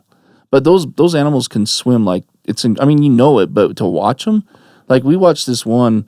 Literally, it was going into the water. It was in a situation like this. Could go in the water and it'd porpoise and come up right onto the ice and walkways, and it'd porpoise into the water and pop up over here. It was incredible, man. Wow. They're just as uncomfortable. They're just as comfortable in the water as out. Oh, I'm sure. But incredible animals. Yeah, I mean, Yeah, super that is so fortunate to cool. see them in the wild. So Yeah, it's a bucket list for me, man. Yeah, I think I need to start doing some of this stuff. yeah, Well, I'm still do it. can. Yeah. Yeah, that's rad. It would be awesome to go do something like that with you guys when you're going, at Yeah, some point. or absolutely. something. Like, Yeah. I got to figure out a way to do that. We just need a few more sponsors here at the podcast. Put a little plug in. Yeah. So I can take some free time. But yeah, this is, I mean, your photos, do you have like it'd be hard to pick, but do you have a favorite? Like, I get asked that a lot. Do you? And, if I had to say I had a favorite, if I had to pick, it would probably be the one that you chose that we talked about really? maybe getting printed. that's kind of cool. And the reason why is there's some history there, right? I was really had a goal at that time. I wanted to be on a newsstand publication. I wanted to get a cover on a newsstand publication. And I hadn't at that point. And that image landed me a cover on the very first episode of North American Elk. Oh, So really? that's an awesome magazine. I work with the editor quite a bit, and they're awesome. They've taken, they've really used quite a few of my photos and stuff over time, and I'm super fortunate that I have that relationship. But to be, the very first cover on the newsstand, a brand new newsstand publication, and first episode, it was just awesome, man. And so That's super rad. that photo has a lot of me. I think it's first of all, it's also an image that kind of set the tone for it in my head about what the style I liked, and it was kind of one of those images. Finally, like, ooh, that I like. That is appealing to me. And now, if you look, I chase that a lot. I chase those shadows. I chase the light play a lot, and I love the dark backgrounds. I love the coming in and out of the shadows type of stuff, and I just look for it every time now. Yeah. But that image is what kind of set the tone for that for me. So if I had to pick one, it would probably be that. But it's really for those reasons. I think I would pick that too. It's an incredible photo. I mean, it's unbelievable. Just that play on light. It's almost like completely black background. Yeah, and I want to just to be clear again on that whole transparency thing. So that image, a lot of people ask me if Sure. it's not fake, it's legit. And I did darken the background some, being honest, but not a ton, right? I mean, I think took that there's the shadows a lot, down, and I mean, there's a lot that you can do just in your settings on your iPhone if you actually go in and start playing with it. And that's Sure. basically what Lightroom is. Like, yeah, I'm in the habit of vignetting my photos a lot. Even for the podcast, I do it for our covers and stuff. And I'll turn up the sharpness a little bit, Yeah. right? To make it a little bit more distinguished. And Right. but the natural photo is the natural photo. It's not Right. something that's created with AI, right? right, exactly. Yeah. The photo's the photo. If you looked at the raw versus there's things you can see in the back, like some trees and rocks and stuff that I darken enough that you can't really see those. Other than that, it's a legitimate image. That's right? awesome. So that's why it was so cool too. Is it just that situation, the way it unfolded? I was with a really good friend of mine. He got the identical same name, Harlan Cooper. Give him a shout out. He's been a mentor and become one of my best friends. And he cheers me on all the time, right? But That's awesome. I mean, if you look at our images, they are identical. Like you can't tell the difference. Really? The way we edit them and everything, it's insane. It's really cool. That's crazy because Yeah. like if you take two photographers and give them the same photo, there's a lot that's done in post creatively. Yep. That just that's kind of your own flavor, right? That you put on it. Absolutely. Yeah. So the fact that those edits ended up so I don't know if it's me finally kind of figuring out like what I really like, or if it's Harlan screwed that edit up. You know what I mean? Like kind of. So if you go to Jason, go to my page. go to his page. Actually, if you go to his website, is it on your website? Because it's on my website. You sell that might be the prints faster too, right? Yeah, yeah. If you go there, go to Large Critters. I know my website's a little funky. Large Critters. I get a little goofy. Sounds like with you the were names. at Cajun night last night. Right? And then you can see Wapities right there at the front. It's not elk, it's Wapiti. So nice. What is Wapiti? Is that? That's elk. It's Indian. Okay. Native American for elk, whatever. Oh, that's cool. Learned something new. Yeah. So it should be. Look at all these shots. Yeah, I try to just put the best of the best stuff on my website, you know. Do you have any copies of that magazine? You do? Yeah, I do. Yeah, that would be cool if you could. One of the things I like to. Yeah, this shot is so awesome. It's probably going to come up a little pixel. Well, from the website, it shouldn't actually. It could be our internet too. Because it's a little. You can see a little bit of. But anyways, regardless, in the actual when it prints it, you can't see all the background stuff there and that. But God, those thirds, man, just those brow tines are. That is such a cool bull, man. Yeah, and the history at the bull too helps. You know, right? You know that year was, I think, the second year we'd photographed him, and there wasn't very many photographers even in the field. You know, and it's no secret now that bull was at Rocky Mountain National Park, and back in the day that it wasn't as well known as it is now, and now it's crazy. But back then it was kind of nice. There was only a few of us in the field. And like I said, I was pretty close to my buddy Harlan, and we got almost the exact same image. So that's super cool. Yeah. And he was from the last podcast. Was he kind of your mentor? Yeah, we talked about him on the last one too. I think too. Yeah, he's always been a mentor to me. The guy that kind of gets me to think differently. The guy that I know I can trust to say, "Hey, what do you think about this photo?" And he'll tell me it's crap if it is. Even if I want to believe it's good. That's the best sort of. You got to have people like that, man. I mean, honesty, there's been so many images I've been like, dude, check this out. And he's like, nope. And I'm like, what are you talking about? And you're like, look at it, Okay, I'll look at it more. And I'm like, you talking about that? Like, yeah. It's like, well, the horizon's too right here or whatever. It just doesn't work. And I look at it and I'm like, bull crap, argue with him about it. And then he's like, you do what you want, right? And then I get looking, I was like, dang, he's right, man. Yeah. It's and then it's just, throw it, It's like, nope, didn't get it. Yeah, it's funny when I first started, like you'll catch elk and I'll be like, oh my God, this is such an amazing photo. Yep. And there's a branch coming right out of the center of his head. Or it's like, so to capture something like this where there's like it's really hard, man. It is. Man, one of my favorite things or times to shoot and grab my camera is when everything is wet. Oh, amen. Like when after it's rained, or especially elk in the rut, like that's so cool catching. I love it. It's like my favorite. So what's the main reason? I'm curious to hear your point on this. Like, I think it's overcast can be really good. I think to shoot in. Sure. Sometimes much more than like direct sunlight.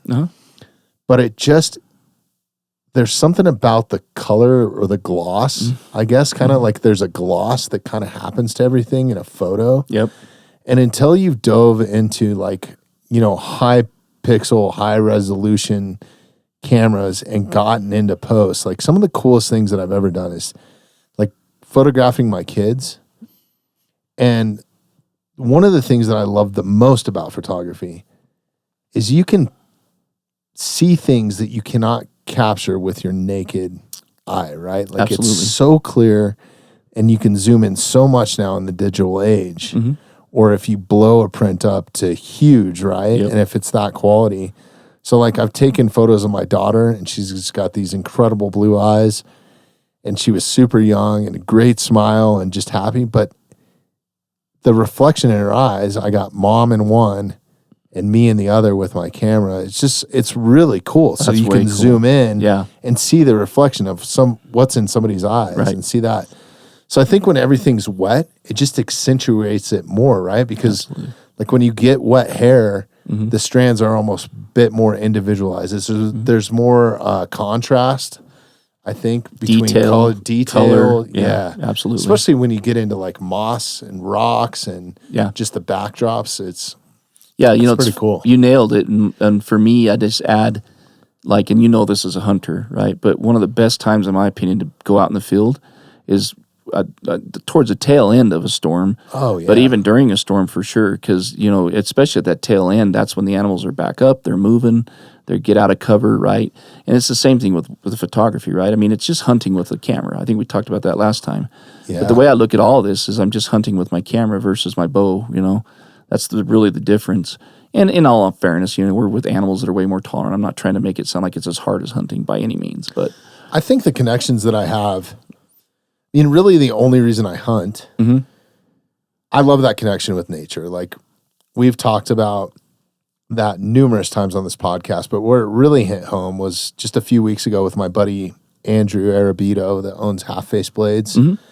I followed him for a long time. Oh, awesome. He was just in that seat 2 weeks ago. Yeah. That's crazy. It was awesome. He was here, and but we just went down a rabbit hole about hunting and the connection that you have with nature when you are, because it's the only time that you're kind of like walking into the woods and being quiet and listening to everything. You're there, you're trying to have the least amount of impact that you can. Like, right. You're not up there just cracking beers around the camp. I mean, some guys do. Sure. But like the way that he and I do. And then he brought it back to like being in the SEAL teams and hunting people. Oh, yeah. Which, that's basically what you're doing. Let's be real. Hunting's hunting. Right? Yeah. But with like night vision and stuff. And he was talking about just like laying out under the stars when they were on target or on mission and watching stars and his night vision and watching like comets break and how much more you see. And then he's like, to just the sort of spiritual connection that he had, even though in all that sort of technology in the middle of a war zone, it's still the same, man. It's just like, I don't think people have that same sort of connection if they're just out with their friends on a hike. Right. I agree. I still think it's beneficial. And I sure. think anybody's entitled to do whatever they want. Right. But I don't think unless you're going into the woods with like a purpose to go see animals with a camera or with a bow or something like that, you're going to have the same experience. Agreed. No, I think it's about, to kind of wrap what you're saying, I agree 100%. And I think it's about going into the woods with the intent of being there and experiencing it without disturbing it. Right? Yes. That's really the trick, because that's how you're going to get the natural behaviors. You don't want a photo of an animal that's every now and then for a good portrait, it's cool to see an alert animal staring at you, right? Because that makes a good portrait. But some of the other behaviors you're going to catch, you're not going to catch them if you're disturbing them, right? So to me, that's the goal, is going out there and having those experiences. Or they won't hang around. Right, yeah. No, they'll bail if they get too much pressure, for sure. And that's kind of, sorry, to bring it back full circle to kind of where I was going with that is, I think with photography, you experience it more. Yeah, because you spend more time, I'd say, in that zone. Yeah, and I think the animals are a bit more comfortable, too. A lot of the places that I shoot are national parks and stuff like that. So they're no secret there. They're more used to people, right? And people aren't out to hunt them. Yeah, that's the bottom line. They're going to see more natural behaviors in a national park. That's just a fact. If you want to go shoot wildlife, don't go into any spot where they're hunted. Amen. Dude. Especially during a hunt. Yeah. And that's when they're out. Yeah. But no, I think it's about not disturbing them and having those experiences. All your senses are way more in tune. Back to the point. That's why you see and smell and hear. When you're sitting in the elk woods in an autumn morning and you can see your breath and it's crisp and cool and the colors are popping, you're hearing elk bugle, you're hearing birds going off, you're hearing the chipmunks chattering. All that is such an incredible experience. It sounds dumb. I'm getting chills talking about it, right? Because that's my happy place, man. Yeah. That's how I get away from all the crap of the world and clear my head. And so many times I'm trying to do this more too, is when I'm out there, is like literally stop being so laser focus on getting an image and remember that I'm having an experience. I get to be here while this is happening. And even if I don't get a photo, how lucky am I? That's just gratitude, to be out right? Here, right? Yeah, Absolutely, that's man. Awesome. Absolutely. So. I kind of recently in the last couple years, man, like me going out as a bow hunter was always just success. That sounded bad. Success. Right. I got to get this done. Got to get back to work. I got to, God, if I can, opening day, if I can get this done. And then 12 days goes by and you still haven't seen an elk or whatever, right? Right. There was all this stress that was like kind of built up with it. And I was very successful. But now, like the other morning I went out with a family member. It's an uncle of mine that's getting, he's getting up there in age. He's only 10 years older than me, but I just noticed, like, I don't know how many more times I'm going to get to be able to do this. Oh, buddy, yeah. And, like, as much as, like, we should have split up and, like, attacked the side of the mountain, from different angles, I I was like, I just want to hang with him and just enjoy it. I was like, I don't even care if I don't see a deer. It's a beautiful morning. Like, Yeah. I don't care. Yep. You know, like just being happy that you're out. And then honestly, like you just experience it so much better. There's no stress. There's no like, Yeah. there's nothing looming. Right. Like, and that's kind of the purpose, right? Well, and that goes back to like, what is your purpose for being out there? You know, I got into hunting because of my dad. You know, he introduced me to the outdoors at a very young age. I joke about it. Like, he took me hunting when I was 3 years old, and I was probably his little elk herd, you know, making all kind of crazy noise and singing and la la la, throwing rocks. And he was probably trying his best to keep me quiet, and because I've been there with my own kids, right? I get it, and I'm positive he missed a ton of opportunities because he chose to take me, right? But man, I'm super grateful. I mean, I would not probably have the passion I do for outdoors and hunting and wildlife or in general that I do without that, right? Yeah. So, I mean, to me, it's like that's why my dad hunted, right? It wasn't always about killing an animal. It was about making sure I was having an experience. Sure. Right? So, I mean, honestly, that's why because I took a long break there, you know, from almost 20 years where I was touring with rock bands. yeah. I wasn't really hunting, you know, I was just working and experiencing the world, and that was great. Mm-hmm. And I did hunt a little bit here and there if I had, you know, some downtime, but few and far between. And I was living in the state of California, so like to come back here and pay $600 for an elk tag, Right, right. no way, dude. I lived here for so long, and that was a hard pill to swallow. So a lot of times when I was coming back, it was just to hang out with family members and stuff, not actually hunting. But what truly got me back into it, and the reason why I live in the mountains, is because I had kids, and I want them to experience that. And I never really realized all the adversity that I ever faced. I think like the hardest adversity that I faced was all in the backcountry, whether it was a backpacking trip, a hunting trip. Man, the first deer that I killed by myself, dude, I was so stupid, man. So dumb. Like, it was a great shot. Everything was awesome. But, I mean, it was a doe. Uh-huh. And I ended up, you know, quartering it up, like, because that's what we had done on elk hunts. And my family was never really avid deer hunters. It was just kind of like put meat in the freezer. Right. I preferred to eat elk. Sure. If the freezer was full, we weren't going to hunt elk. Like, was kind of the concept. Right. You weren't going to hunt deer. Not ever like for... Right. Let's go get that big bull, or I mean, they did. I mean, some of them have Pope and Young records, which is insane. That's awesome. On mule deer too. Oh wow. But Well, anyways, living in Colorado. yeah. There's a reason why you're out here photographing them, right? Yeah, that's a fact. Yeah, they get big, man. Yeah. But yeah. Anyways, long story short, it was just kind of that adversity and facing that, and then that, you know, that doe I easily could have thrown over my shoulders, but just not knowing any better at that point. It's Sure. like you spend hours out there with the sore back, you know, cutting this thing up and so By stupid. yourself. Yeah, Yeah, it's so yeah. dumb. And I think I carried the whole thing out, quartered anyways, you know what I mean? It's like, it's just stupid. That's funny. So, but yeah, anyways, to take it back, like I think those sort of lessons and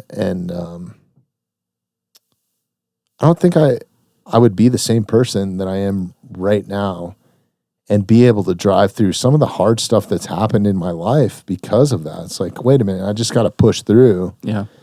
And out there, you don't really have a choice. Like once you down an animal, it's a commitment at that point. Absolutely. Like it's a legal commitment. Right. If you don't take the edible parts or what's deemed by the state that you need to take, you can get in serious trouble and Right. you'll never hunt again. I mean, the rules and regulations you're almost better off committing a crime against a person than you are a wildlife crime. Yeah. Like with good reason, man. Like I think we hold those at a high value, but even now, like I've tested myself in hunting. I think that's why I'm a bow hunter. It's like that connection is so much better for me than I've had with a rifle. Like I just enjoy that connection with the animal and like honoring the animal, I guess, a little bit to get a little bit spiritual. But one of the coolest, like most humbling things that I've done recently in the past couple of years is my buddy Donnie Dust has been super gracious and invited me out on some stone bison butchers. Yep. And like some of these just using nothing but stone tools. So cool. And some of them were for archaeologists from CU Boulder. The first ones that I went on, the last one was was just like kind of a butchering class. Mm-hmm. But man, that is humbling. What a cool, dude! What a It's cool experience. so cool. Yeah, it is so cool, and like just knowing that you can pick up a rock and do that and make your own tool. Like you don't have to have, a sharp, a $700 half-face blade, but right. boy, does it make you appreciate those when you do have one. Yeah, you know for what sure. I mean? Like, for sure. I think just like testing yourself, it's a great test and a great way to build confidence and a great way to, a shower never feels better than when you've spent 12 days with a backpack. Yep. And maybe you've gotten a cold stream like in the middle of the day because it's hot in September or something. But like that shower, you really appreciate those small things in life. Like, amen. Yep. And it all, like we used to joke, we hunting, going on a big old hike with Dad and coming back to the truck, and on the tailgate you're eating a bologna sandwich. And it's crazy how good that bologna sandwich is. It's the best bologna sandwich you ever had, right? Especially if you're like working hard, Yeah. It's and you can go on and on about some of these experiences, right? And then you go home and have a bologna sandwich, like, what am I doing? It doesn't taste anything like it did up there, Yeah, it's so true. I think there's a lot of truth to that, I was wondering with my game meat, going down this, because like when I did the bison and stuff, I took some home that night and we ate some backstrap that night with my family. And there was just a moment there. I call it cutting board dinners, man. I've raised a bunch of little carnivores because that's awesome. Like honestly, when I'm cooking meat on the Traeger or something like that, especially if it's game meat, a lot of times, it's best served hot. Absolutely. Because you're undercooking it for red meat. I always undercook it anyways. Is the best way. Medium rare. Medium rare. Yeah. So it cools off very, very fast, right? And then it gets kind of tough. So it's always just kind of like, hey, come up here. We'll cut up. And then it's just turned into like, that's the norm. Like, hey guys, and I can't cut it as fast as they can eat it, right? So like everybody's just standing around the cutting board and it's not that traditional family dinner, but that is our tradition, And I'm like, this is kind of like a tribal thing because you went and you provided this meat for your family. Right. And then you're all gathered around eating it. And it doesn't matter. They're leaving their electronics to come get the substance, right? Yeah, absolutely. So for me, like to get really spiritual, I guess, like some people don't think about it this way, and I'll probably get bashed for being this spiritual, but to me, it makes me feel good. But then I was sitting there thinking to take it even deeper, like, are they tasting the same thing that I'm tasting? Or am I enjoying this more? Or are they enjoying it more? Like, interesting. It's weird. I wonder if people's taste buds are the same. Yeah, that's interesting. I hadn't thought about that. Yeah. I think they have to be, though, kind of like in wine, but you're right. That bologna sandwich on the tailgate of a truck with a slice of American cheese and Miracle Whip or mayo, right? Yeah. That I would never order. No, anywhere else. If you're at a gourmet sandwich shop. If you're at Cat's Deli in New York, dude, you're not getting a bologna sandwich, right? Like, right. Yeah, that's hilarious. Crazy. Yeah. Just the old Wonder Bread. And it's funny, though, just to touch on, please get spiritual. I don't care. I'm a very spiritual person. But that whole idea of providing, and getting back to those, those roots that are, deep in our DNA, like my son, I'll give a quick story. My son, he's actually on a mission for our church right now. And he's coming home in December. Super glad to get that kid back. He's my little buddy, right? But when he killed his first cow, and I remember this hunt was because he wanted to kill a cow really bad. And we found a herd, but this herd of cows was, 2 miles away. And it was going to be a bugger to get to these cows, just let alone get to them, right? And then to make it happen and then to get it, Anyways, long story short, we got to them. They'd moved about another mile. So now and it's just me, my dad, and my son, which is cool, right? 3 generations. And so cool. It's way cool. So we get back in there. This is my son's first elk.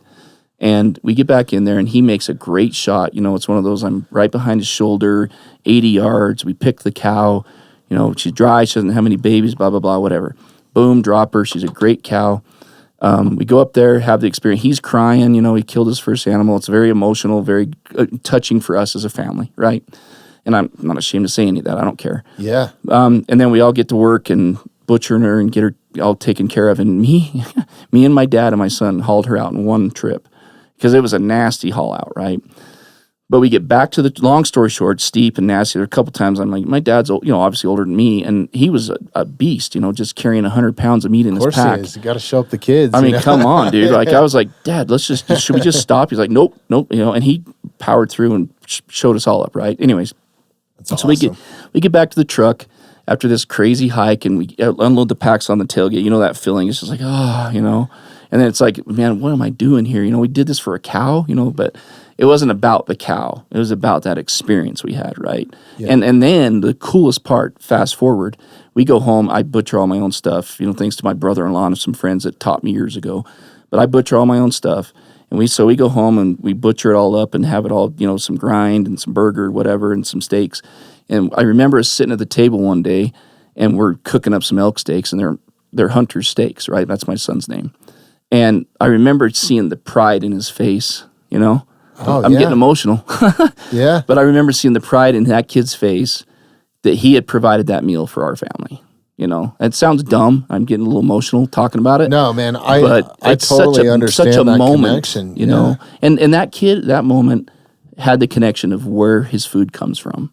And he understood the work and the dedication that it took to be able to be a good shot, to be able to do everything it had to do, the work to get it out, the work to butcher it and everything, and then sitting there in pride feeding his family. It was such a cool moment, man. So That's incredible, man. It really, for me as a young man, it put a value on a life. Yeah, Like absolutely. It made me understand life and death. And I still get emotional to this day. When I shoot something, it's like there's this level of like euphoric excitement, like you can't explain it. It's the biggest dopamine drop you could ever have. And I've done some heavy drugs in my lifetime. Mm-hmm. It is like there's no other drug like it. Right. And like it really is. There is something that's built into our DNA that's what you're supposed to do. Right. But then it's almost like the lowest of lows for a minute, right? Like Absolutely. because I think while that excitement and that dopamine rush is like how much effort you put into hiking, scouting, stalking in on an animal, and then having the wind perfectly right. Your shot, I mean, there's so much that goes into it to be 100%. successful, man. It is not just anybody that thinks that you can just walk out there and shoot one. I mean, guys get lucky, and that does happen. Right. But there's a lot of work that goes into it, like the story that you just explained. Right. And I think like telling these stories is one way that people can understand the perspective of what hunting actually is. Right.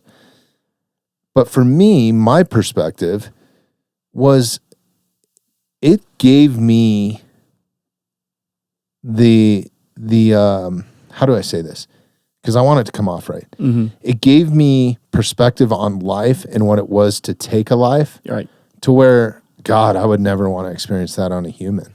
Oh, for sure. Could you imagine, No, man? not Like at all. Even- something that can talk back to you. I mean, Even if like, it was somebody breaking in my house, you know what I mean, or something. I mean, don't get me wrong. I'd do what I Yeah. need to do. Just, I would do what I have to do. right. But to have to live with that, and the gratitude I have for the folks that have served our country and the people that have, done that, and they have to live with that, and I just can't even imagine. Well, right? that's kind of where I was going with Right. it. Like it really put it all in perspective. Right. And when you see something that big bleed out but then also, like you said, I grew up single mom, 4 kids, no dad around, horrible stepdads in situations, that were abusive and just kind of dirt bags, no fault of my mom's. Right.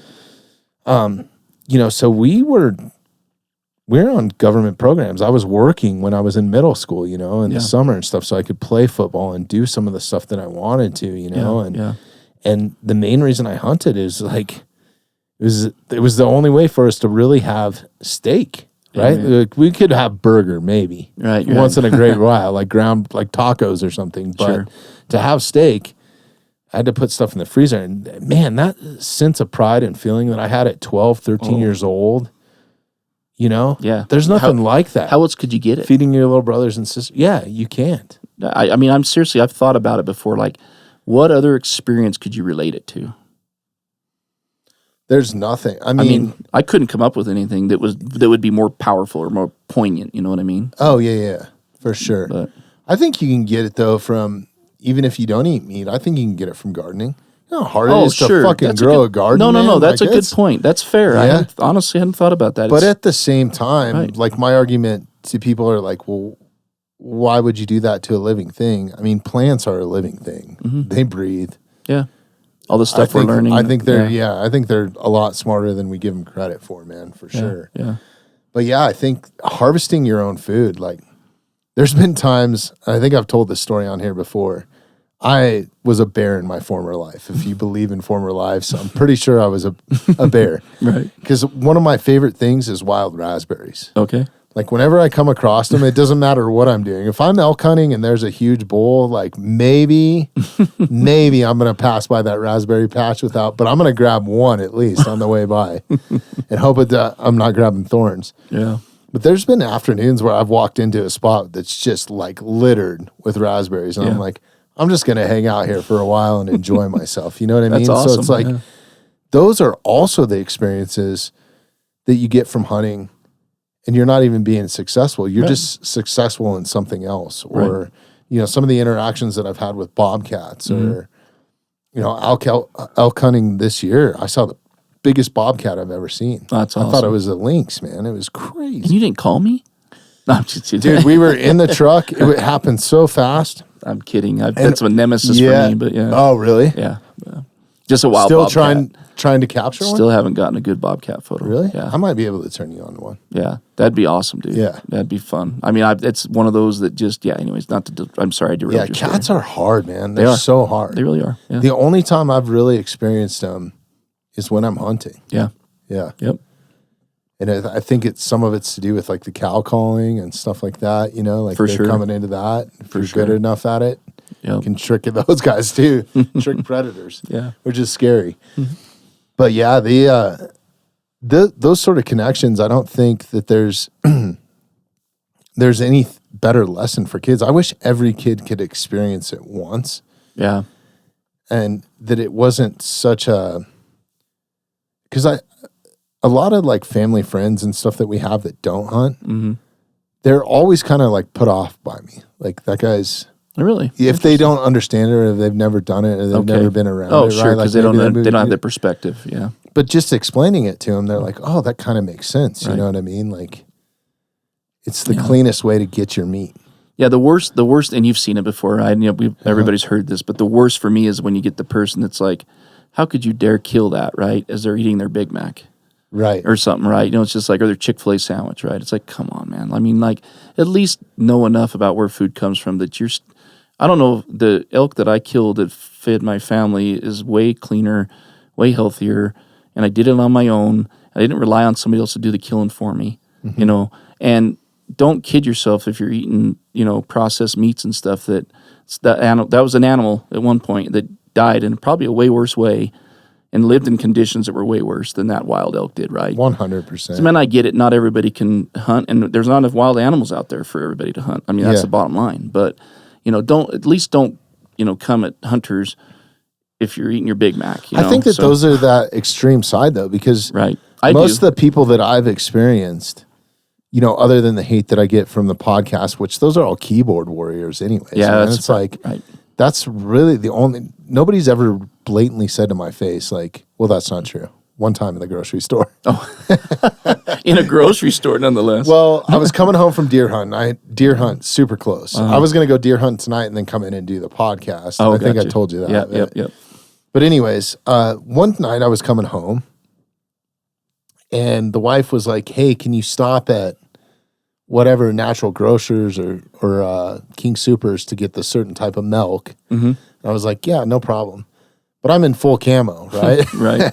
So I walked into the grocery store in full camo, and some lady read me the riot act. About killing animals. Yeah, she had purple hair or something. I was like, where do you think that hair dye came from? I don't know. Probably some sort of animal product in that, but it's just, for the most part, I guess what I was getting at, 99% of people are interested in it. Sure. Like they're fascinated by it. And when you start breaking it down and telling them the experiences and why you do it, I think that they're blown away. Right. It was funny. The first bison experiment that I did with Donnie, I was in Chicago on an entertainment job. And a lot of the people that I work with in that industry don't understand why I hunt. I mean, like their idea of fun is going to Disneyland or an amusement park or like going to a show. They live kind of an inner city life. They don't bash me for it. They think it's cool. Sure. So my guys, we're in Chicago doing this big show for a big artist. And I got the call from Donnie. He's like, hey, this is happening this weekend. I need another guy. Would you want to do it? And I was like, 100%, but there's a problem. I'm in Chicago right now, and I'm not scheduled to be back. So I went to my guys, and I was like, look, this is a once-in-a-lifetime opportunity. I'll be back for loadout, but I'm leaving for 3 days, like in between here, to go do this bison experiment with stone tools. And I didn't know what I was getting into. It was that same sort of thing where I was explaining, I'm envisioning we're going to go atlatl this bison with like, not the case, right? Right, yeah. But anyways, long story short, I went, we did the bison experiment, full day, super long day, butchering with nothing but stone tools, adds hours. Get it all broke down, boned out, super rad experience.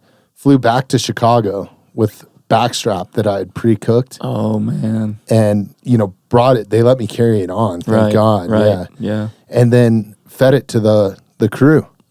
And they were like, this is unbelievable. They understood hunting then. Right. They were like, even though I didn't hunt that bison, they understood it. They were like, wow, this is incredible. Right. And I'm like, yeah, it's one of the best cuts you can get from an animal. And this is why I hunt. And they're like, just blown away. I mean, and people from all over the country. Some guys were from Miami, some guys from New York City, some guys from, Vegas or LA. But you help them get that perspective, which is cool. Yeah. Well, how many people, to that point, it's kind of funny. How many people eat a ribeye at a restaurant and even know where it comes from? I mean, they know it comes from a cow. But how many actually know where that cut comes from? You know what I mean? For example, or a porterhouse, or a New York, or or a tenderloin, right? Whatever. It's wild, man. Like it's got me to the point where I don't even like to eat beef unless I know the ranch that it came from. Right. Yeah. Like straight up. Yeah. Like shout out to Colorado Craft Beef. They're awesome. They're right down the road. I've been on the podcast a couple times. If I'm eating a steak, it's from them. Yeah, that's cool. Or some sort of local. Yeah, that's getting to be more and more popular, which is really cool, actually. Regenerative farming. And people buying from a local ranch that provides the beef, and I mean, that's really cool. I think that's that's cool that's happening. You know what I mean? Yeah, and I think, if people want to take it a step further without even hunting, you could go buy a quarter of beef from some of these ranchers. Absolutely. Butcher it up yourself, learn that process, learn the cuts, learn, and that still gives you that sense of pride. Sure. Because you put some work into it, man. It's not like, the one thing I've found is like nothing goes to waste. Now, when I hunt a deer or something like that. Yeah.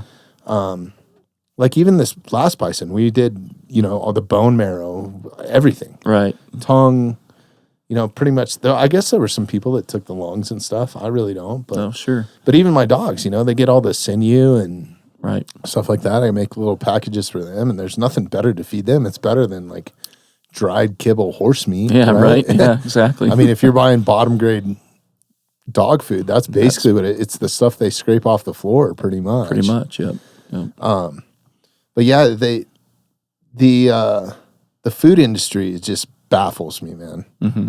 Like, I still do it occasionally, but I'm almost brokenhearted when I'm eating that steak. It still tastes good, but I don't have the same connection that I do when I'm eating, deer tenderloin or even if it's stew meat, right? Like bison stew meat. Mm-hmm. Incredible. Yeah. Yeah, it's a whole different level. And I think for me, it's a lot about first knowing where it comes from. Mm-hmm. The reason I butcher it myself is because I know exactly how it was handled. And I like putting the work into it too. I mean, there's some pride to be had for that too, right? Some self, worth that I can actually do that. And I know how to take care of it and put it in the freezer, process it properly.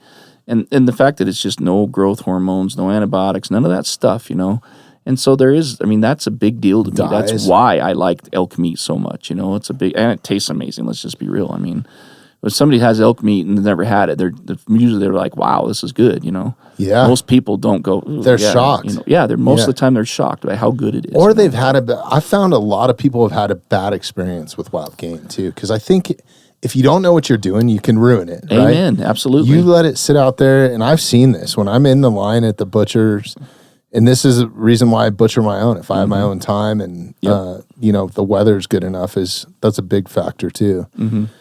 But even like the guys where I take my meat, if I am going to get it processed, you'd be shocked what's in line. No, man. In the truck line. Like people that just don't know any better. I mean, an elk that's 2 days old that they didn't even field dress. You know what I mean? Right. Like it's the Hide's still whole on, it's elk. just I'm been like, late. oh Yeah. my God, what did you guys do? And then, you know. Yeah. So I think. Well, and that's the problem is when you go to a place like that, you don't get your meat back. Right. Necessarily. That's right? the problem. That's why I don't like doing it. Yeah. You know, so, but yeah. Yeah. If you're going to, I mean, there's a few local guys too that'll butcher for you, you know, like that's the way to go. Cause then, you know, like a small operation. Yep. But if you go to one of these big operations, they're not cleaning their burger grinders, even if it is your burger, you know, it's like, that's. Nothing's worse than getting a piece of, you know, cooking an elk burger and finding hair in it. You know? Oh, that's the worst. And it's like, I promise you, if it was mine at home, it doesn't have any hair in it. You know what I mean? Kind of a thing. But well, and to bring it back to a family thing, that bison, we bring so much bison meat home that it turns into a family affair. Like, hey, sorry, I'm going to take over the island in the kitchen for 2 days. Yep. Right? To get this all preserved, packaged properly. Yep. But even my kids, you know, I use white butcher paper and it's like, here, you label these. This is your job. And next thing you know, like, you're pulling out a piece of art now from them where they have like flowers drawn on it and all kinds of stuff, you know, it's kind of funny. So like, that's cool. Just that sort of connection too is kind of cool. And they're like, oh, I remember when I did that. And it could be a year later. Yeah. And those butcher parties are cool because a couple things they're learning. They're learning as you go because they're watching and they're paying attention, right? And we had a great hunt last year in Wyoming for antelope. Me and my boy both drew antelope tags in Wyoming. Oh, awesome. So it took us like 9 years to draw, right? But great unit, had a great hunt, killed a couple really nice pronghorn. Get home, and then the butcher party begins, right? But it's all, literally all of us around, like you explained. You know, and my sons are helping, you know, they're, hey, where do you cut? You know, well, you got to follow the seam, blah, blah, blah, whatever. We got to debone the, you know, all that stuff, right? It's just so, it's really a lot of fun. And if you go with the right mindset, it's work. Yeah, your back aches after a while because you're standing for 5 or 6 hours trying to process a couple pronghorn. But by the end of it, you're literally, everything's packaged. You got burger. It's all, you know, it's all ready to roll going into the freezer. You can live off of that and you for live a off year. It for, I mean, it's just, it's so cool, man. That connection is just, it's priceless, you know. So that's super rad, man. That's why I do it. Yep. Amen. So sorry, I know we didn't really dive off on photography, dude. That was great. We have been at this for 2 hours. Do you want to serious? hang out some more, Oh, or wow. you want to? I mean, I'll go as long as you want to. I didn't realize it'd been 2 hours. That's crazy. Yeah, this That's time wild. machine in here, Yeah, dude. Like it really is. It That's crazy. Flies by. Yeah, It flies that was a by. great rabbit hole, by the way. I love talking about hunting and that. I think That's so rad. This is what I love about the podcast is you know, the military guys that I've had in or the professional fighters, sometimes we don't even talk about what they do, you know, and what they're really good at. It's just like these connections and just, it's a real conversation, man. Yeah. It's awesome. Yeah. So I'm sorry, we went back, we were kind of started on, you know, going down like what is your favorite photo? Like what's your favorite thing to shoot, like subject wise? Because that's got to be a hard one too, right? It is a hard one, and especially the more I've done this, the more I've learned to appreciate other animals too, you know, their behaviors and stuff. But I can narrow it down to like the top 3 or 4.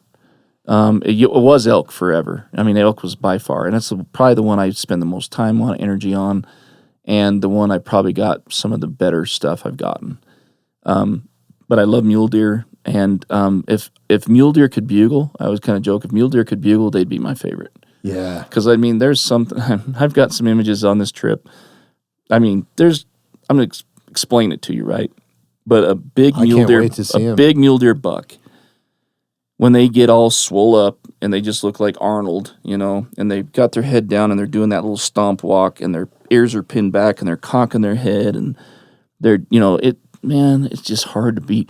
And then they throw their head in the air and they snort wheeze. They're they're just getting all angry and posturing for these other bucks, right?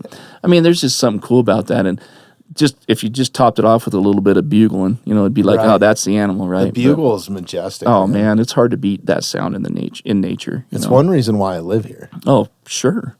I mean, we hear it. It almost becomes a nuisance. Oh, here. I bet. Like in our yard, I get woken up. Yeah, during the rut, I bet it's crazy, right? You're hearing it all crazy. night. Sometimes the unit I was elk hunting in this year was pretty close. So I didn't have a whole lot of time to camp out. So I was just getting up early, and I was leaving an elk bugle in here to go hunt elk. Yeah. It's pretty cool. The irony there, yeah. But yeah, and so deer is high up there. Mule deer is probably, if I was to say it, they're right up there, 1 or 2. But then, like wild sheep, I mean, man. Oh, man, some of your sheep photos are incredible, Sheep man. are so cool. I mean, I get it. I mean, you spend a little bit of time with sheep, and, it's... And some people are probably going to be like, yeah, you have no idea. Because I've never hunted sheep. I just never had the opportunity. But, I think it's one of those things where most sheep that are hunted, it's not necessarily that they're a hard animal to hunt, is it maybe, and this is, I mean, I'm probably going to have guys pick me apart, so forgive me. But from my perspective, what I've talked to a few friends in that, it's more just about where they live, It's like the territory they live in, the country they live in is insane. The backdrops, right? Oh, man, it's incredible. Well, and just the difficulty to get to them, right? And to make that kind of a hunt happen. But all credit due to the guys that do it, man, especially that and mountain goats too. I mean, mountain goats are pretty tolerant animals, but to go where they go, they're unbelievable. Oh, it's unbelievable. They're some of my favorite animals to shoot. If you ever want to shoot goats in the summer, come out. Yeah. I got the spot. Okay, yeah. I've been to a couple places, but we'll have to talk more. But yeah, I mean, mountain goats that's actually one that's high on my list to go try to get better images of, is like real fluffy mountain goats, like at winter coats, right? Oh yeah, and there's not a place. Different. There's not a lot of places to do it. You just got to do it the hard way. Earth Iron Society, real quick. I just want to show Jason a few of my. I don't know if you've ever seen some of my stuff. Well, I hope I have. Yeah, I'm pretty sure I follow. I need to update this. You share some of your stuff on your Instagram, don't you? I have an Instagram page for this. Okay. And this is kind of some stuff that I've done around the world and. Kind of my concept of like, I guess to bring it back or explain it, I don't need to dive too deep, but it all starts from the earth. Yeah. And then I'm super fascinated with blacksmithing and blacksmithing art. And that's one of the things that I started chasing when I was over in Europe and stuff. And wow. The history of how it's, won wars were won by blacksmiths. Right. Not so much, sword makers. And then you get into Japanese culture and there's a whole side of that. But just go to Earth. So I try to capture anything, everything with no human influence in the Earth ones. That's awesome. Is kind of the concept there. But there should be some mountain goats in here, I think. Maybe I don't have them on here. Shit. You need to update your page, bro. Yeah. Maybe if you go to Instagram, there might be some. This is cool, though. I like I see the theme. It's Earth Iron Society Instagram, too. But yeah, I guess it's my spin on art, right? Sure. It's about as arty as I get, but there might be. Oh, yeah. So there's, I mean, just look at where those goats are at right now, dude. Right. Right. Amen. And that's that's where I could get to them. I've seen them in crazier spots and like babies on the sides of cliffs, man. It's unbelievable. Right. What's crazy is you think, I mean, they're so sure-footed. It's incredible watching them, don't get me wrong. But, they do fall.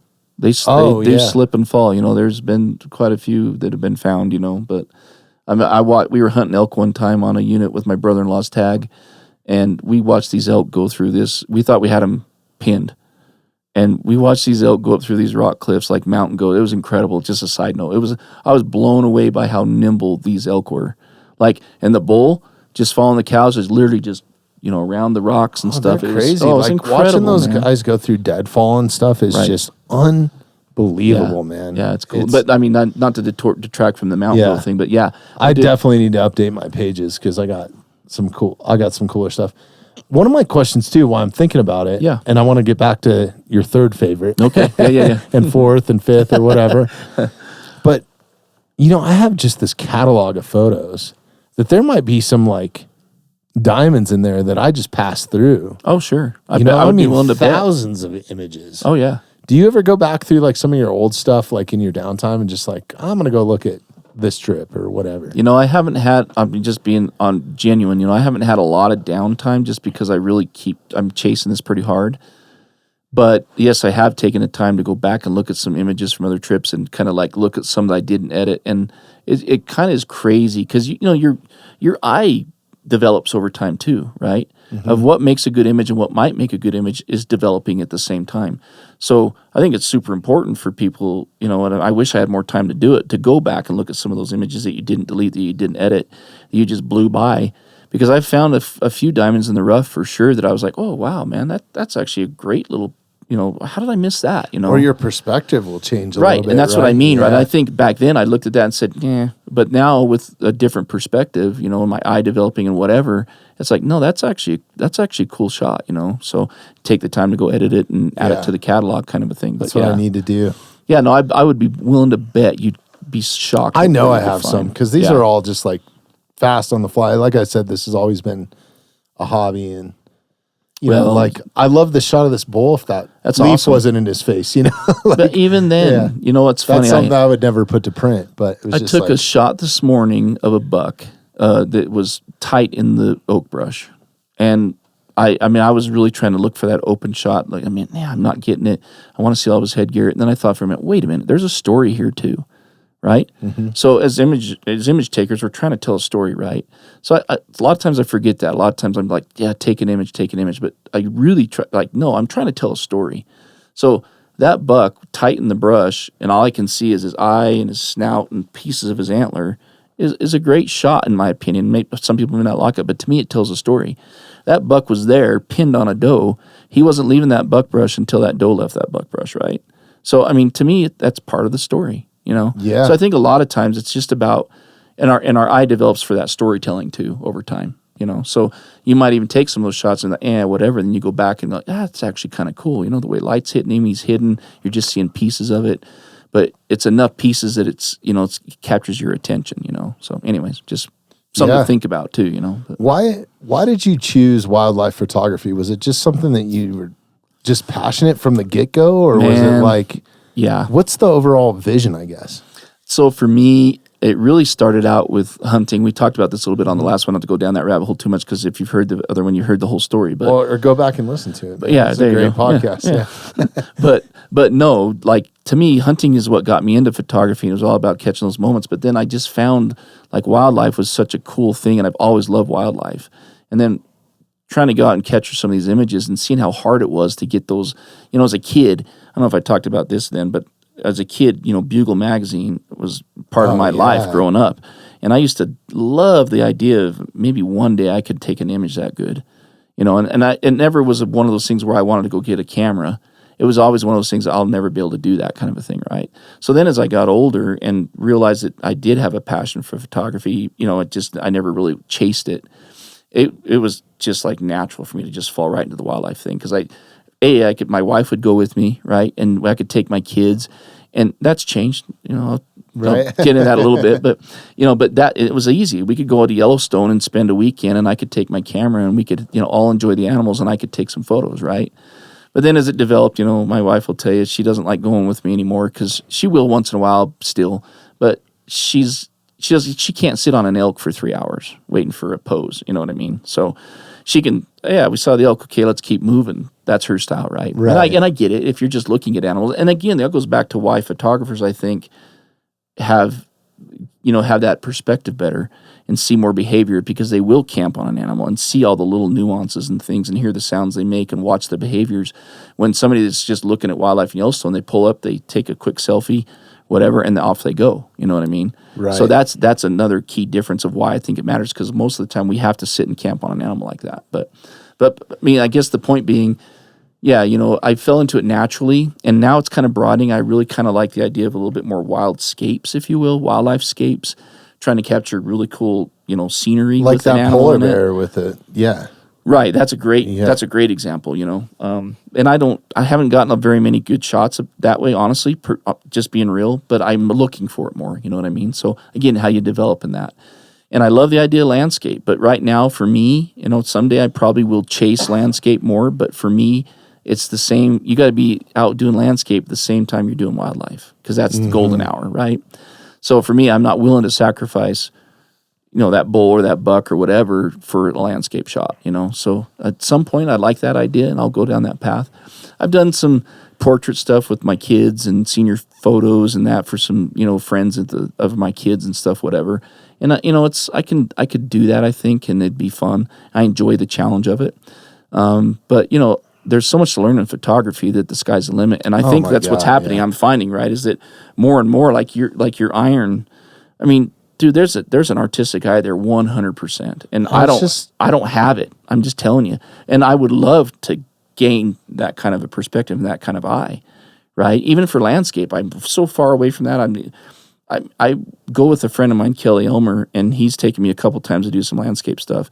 And his eye is just incredible. And I would stand there in the same scene and trying to pick a composition. And I think that's the hardest part with wildlife. There's a subject, Right, it's right. And it's hard to get that subject where it needs to be for a composition for a landscape, right? Yeah. So, but, his eye is incredible. And I'll stand right next to him, and he'll show me on the back of his camera, like, what in the world? How are you seeing that? You know what I mean? And I'm trying to mess with my camera and looking at different angle, a little wider angle, whatever. Or it could be 8 inches lower on the tripod. I'm not even kidding, man. It's insane. And there's an eye for it, right? Is my point, right? Yeah. So the sky's the limit. You could go down product photography. You could go down so many aspects of photography. So I'm actually excited. Like, I'm 51 years old. I'm hoping to retire early, quote unquote. 55 is my goal. And the whole point of that is to be able to go and be financially able to go chase this passion. To go chase this passion. And I plan on not just chasing wildlife. I plan on just going crazy. Like, what can I do with my camera, period? You know what I mean? Yeah. So, and I'm actually excited about it. Like right now, I only have a limited time because I have a full-time job and full-time dad, full-time grandpa now, right? Which is awesome. And I love it. I'm not complaining at all.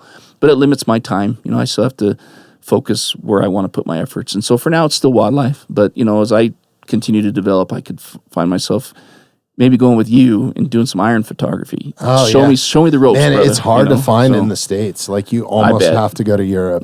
Germany, it's all over the place in Germany, man. Well, we just had stuff that's older than our country, man. Oh, for sure. That's the some history. Some of those iron shots are incredible. The history behind it would be incredible too, right? And just the art, the craftsmanship of it. That was something that always intrigued me. I guess, where I actually really was solidified in photography was shooting rock and roll bands. Right. And that's kind of the same as like you're shooting wildlife, dude. Like, absolutely. You got to capture them in the moment. Right. Like, the lighting is hard. It's changing. I was going to say it's probably more challenging than wildlife, honestly, from a lighting perspective. It is. Yeah. Right. And I was really good at it, but I'm not like super passionate. I don't want to travel anymore, man. Right. Like, I don't want to do that, Like, I don't think there's anything wrong with that. You know what I mean? So to go chase something you have a passion for. I mean, I think that's important. If you're just photographing for a job and that's your job, okay, fine. I know the guy that runs a company in Utah called Bell Photography, and he does all the kid portrait photography for the schools, right? Oh man, that's grueling. I mean, it is, but it's a job to him. It's not a creative process for him. It's a job. Okay, that's fine, But if you want it to be a creative process, then you got to find it. You got to do it with a passion behind it, I think, and for it to be able 100%. For your art to shine through. You know what I mean? So, yeah. Have you ever checked out any of Stephen Pressfield's books yeah, or anything? absolutely. Oh, he's awesome, man. Yeah. Like, just his whole concept applies to any art. I love that guy, man. Absolutely. That's funny you mentioned his name. Yeah, absolutely.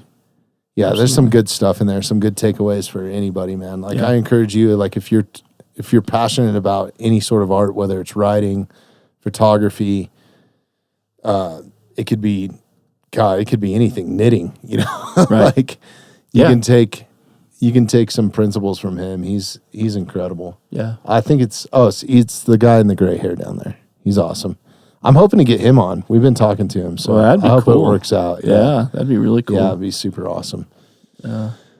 Yeah, the photography world, there's so many different avenues, man. Yeah. It's unbelievable. Like my buddy Mike. Mm-hmm.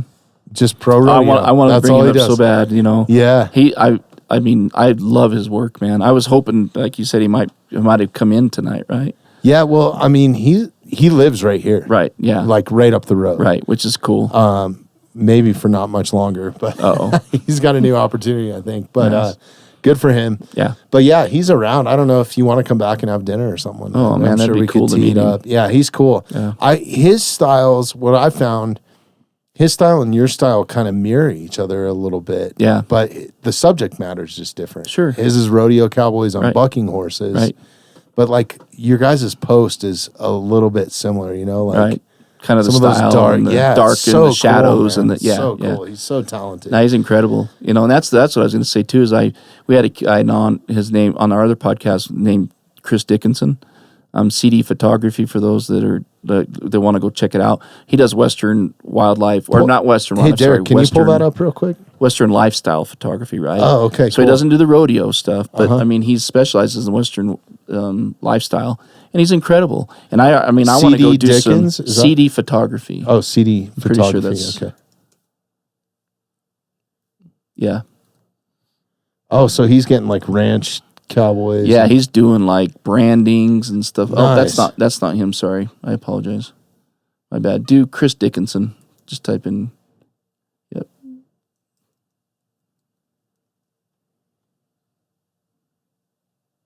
It might be CD Photog. Sorry, I'm terrible. No, it's all good. There he is, Yeah, right top. there's right something there. about. Oh, I know this. I actually follow this guy. This guy's incredible. Yeah, man. he's super incredible. Incredible. I mean, I was honored to get to meet him at a Picture Line event, and we had him on the podcast. Super gracious dude. Yeah, And I know he's this got a guy. I great- follow him. I can't believe I didn't. His story's put two and incredible. two Look at his together. photography; it's incredible. Yeah. You know, but Oh, look at that marine photo. That is Dude. awesome. I'm telling you, man. So I'm absolutely gonna go do a workshop with this guy because I want to try to learn that eye for that Western wildlife I keep saying wildlife, Western, lifestyle type photography. It's incredible. So cool. Yeah. Anyways, Well, you shoot some wild horses too, right? yeah, You're yeah, still doing absolutely. that? Oh, I Yeah. love the wild horses. It's incredible to go do that. So, I mean, it's a little bit of a taste of it, right? But shooting a branding, for example, that's a whole different Oh, ball you just game. got the smoke and everything. Right, and hear him talk about it, and then to see his photos, you're just like, man, that's cool, So, Yeah, some of my favorite photos are photographing blacksmiths too, actually doing the art because there's just fire and sparks and like right, fire is crazy, man. I don't know if you've ever photographed it. It's absolutely, so cool. It's really cool. Yeah. So cool. Yeah. Yeah, man, there's so much to learn in photography. That's, the bottom line is just that I hope if I ever feel like don't have anything else left to learn, first of all, I'm lying to myself. And second of all, that's when I'd put the camera down. If I ever get to that point, I don't think I wouldn't be doing it anymore, Because I actually, again, back to that mentality, I learn something every time I go out. I learn something about the animal. I learned something about what I did wrong. I learned something about my settings. I learned something about, and it's just constantly trying to build that database in my head about all these experiences and the things that come together to ultimately, hopefully, create that next really cool image that I hadn't accomplished yet or whatever, So to me, that's what it's all about. And to broaden, your narrow focus in wildlife, that's great, and there's so much to learn there. I don't think I'll ever learn it all. And then to broaden to everything else, I mean, the sky's the limit. Species, Sky's the right? limit, dude. Yeah, Oh, it's that's incredible. crazy. Yeah. So anyway, That makes me like your photography even more, man. That's so fucking cool. Do you do any sort of workshops or anything like that? Have you guys? I haven't gone there yet. We do a couple. We are doing some with the podcast. Okay, Beyond cool. the Wild podcast is like we're doing a trip to Katmai with a really good friend of ours, Scott Stone. He's an incredible photographer, and he leads camping trips in Katmai for the bears. That's some of my fishing bears that were up there a little earlier. We're all with him. And so you go out in the back country of the Katmai, you're in tents on the ground, fence wire around you, or bear fence around your tent set up. You're eating freeze-dried meals, you're roughing it, and it's an incredible experience. And you're on the ground with the bears the entire time. Wow. And it's an incredible experience. So we have those that we do every year now with him, and then we're actually going to Churchill next November with a Beyond the Wild, podcast, sponsored type of a thing. Do you guys do the podcast in the field ever? Absolutely. We actually just did a couple. We just launched one. A good friend of ours, Russ DeFusco, he was here in Colorado, and we did one in the field with him. So we have a Zoom recorder and 4 headsets, and we all got on and sat and chatted about his life and his story. We just literally it launched yesterday or Thursday. Sorry, so cool. So it's awesome. We love that's the best. Like doing these face to face is always better. We talk about it too. It's the best, man. That's why I was so stoked for you to come in here. We are going to wrap it up, man. Yeah, I know you got an early morning tomorrow. A little bit of a drive, and dude, I really appreciate you coming up and hanging out with us. Yeah, you got a little bit of a drive too. Yeah. So the podcast is Beyond the Wild. Yep, Beyond the Wild. Right? Yep. And then Wild and Exposed was the original. The original one. Yep, and there's still a lot of good stuff out there if you're there's a ton of some, great. I learned so much on that podcast. Like I can geek out on that. It's super cool. Yeah. And it's a good listen too. It's not some of these podcasts you get on, it's just dork talk the whole time, right? Well, we get a little nerdy with the photography stuff for sure. But that's cool, man. Yeah. And then it's Untamed Images on Untamed. I'm gonna let you. No, Untamed Images by JL. Untamed Images was taken, and it's a dead account. Drives me nuts. There's a story there. I keep really? I pinged the guy forever, or whoever it was, forever, trying to say, hey, man, can you let this go? Whatever. And I just gave up finally.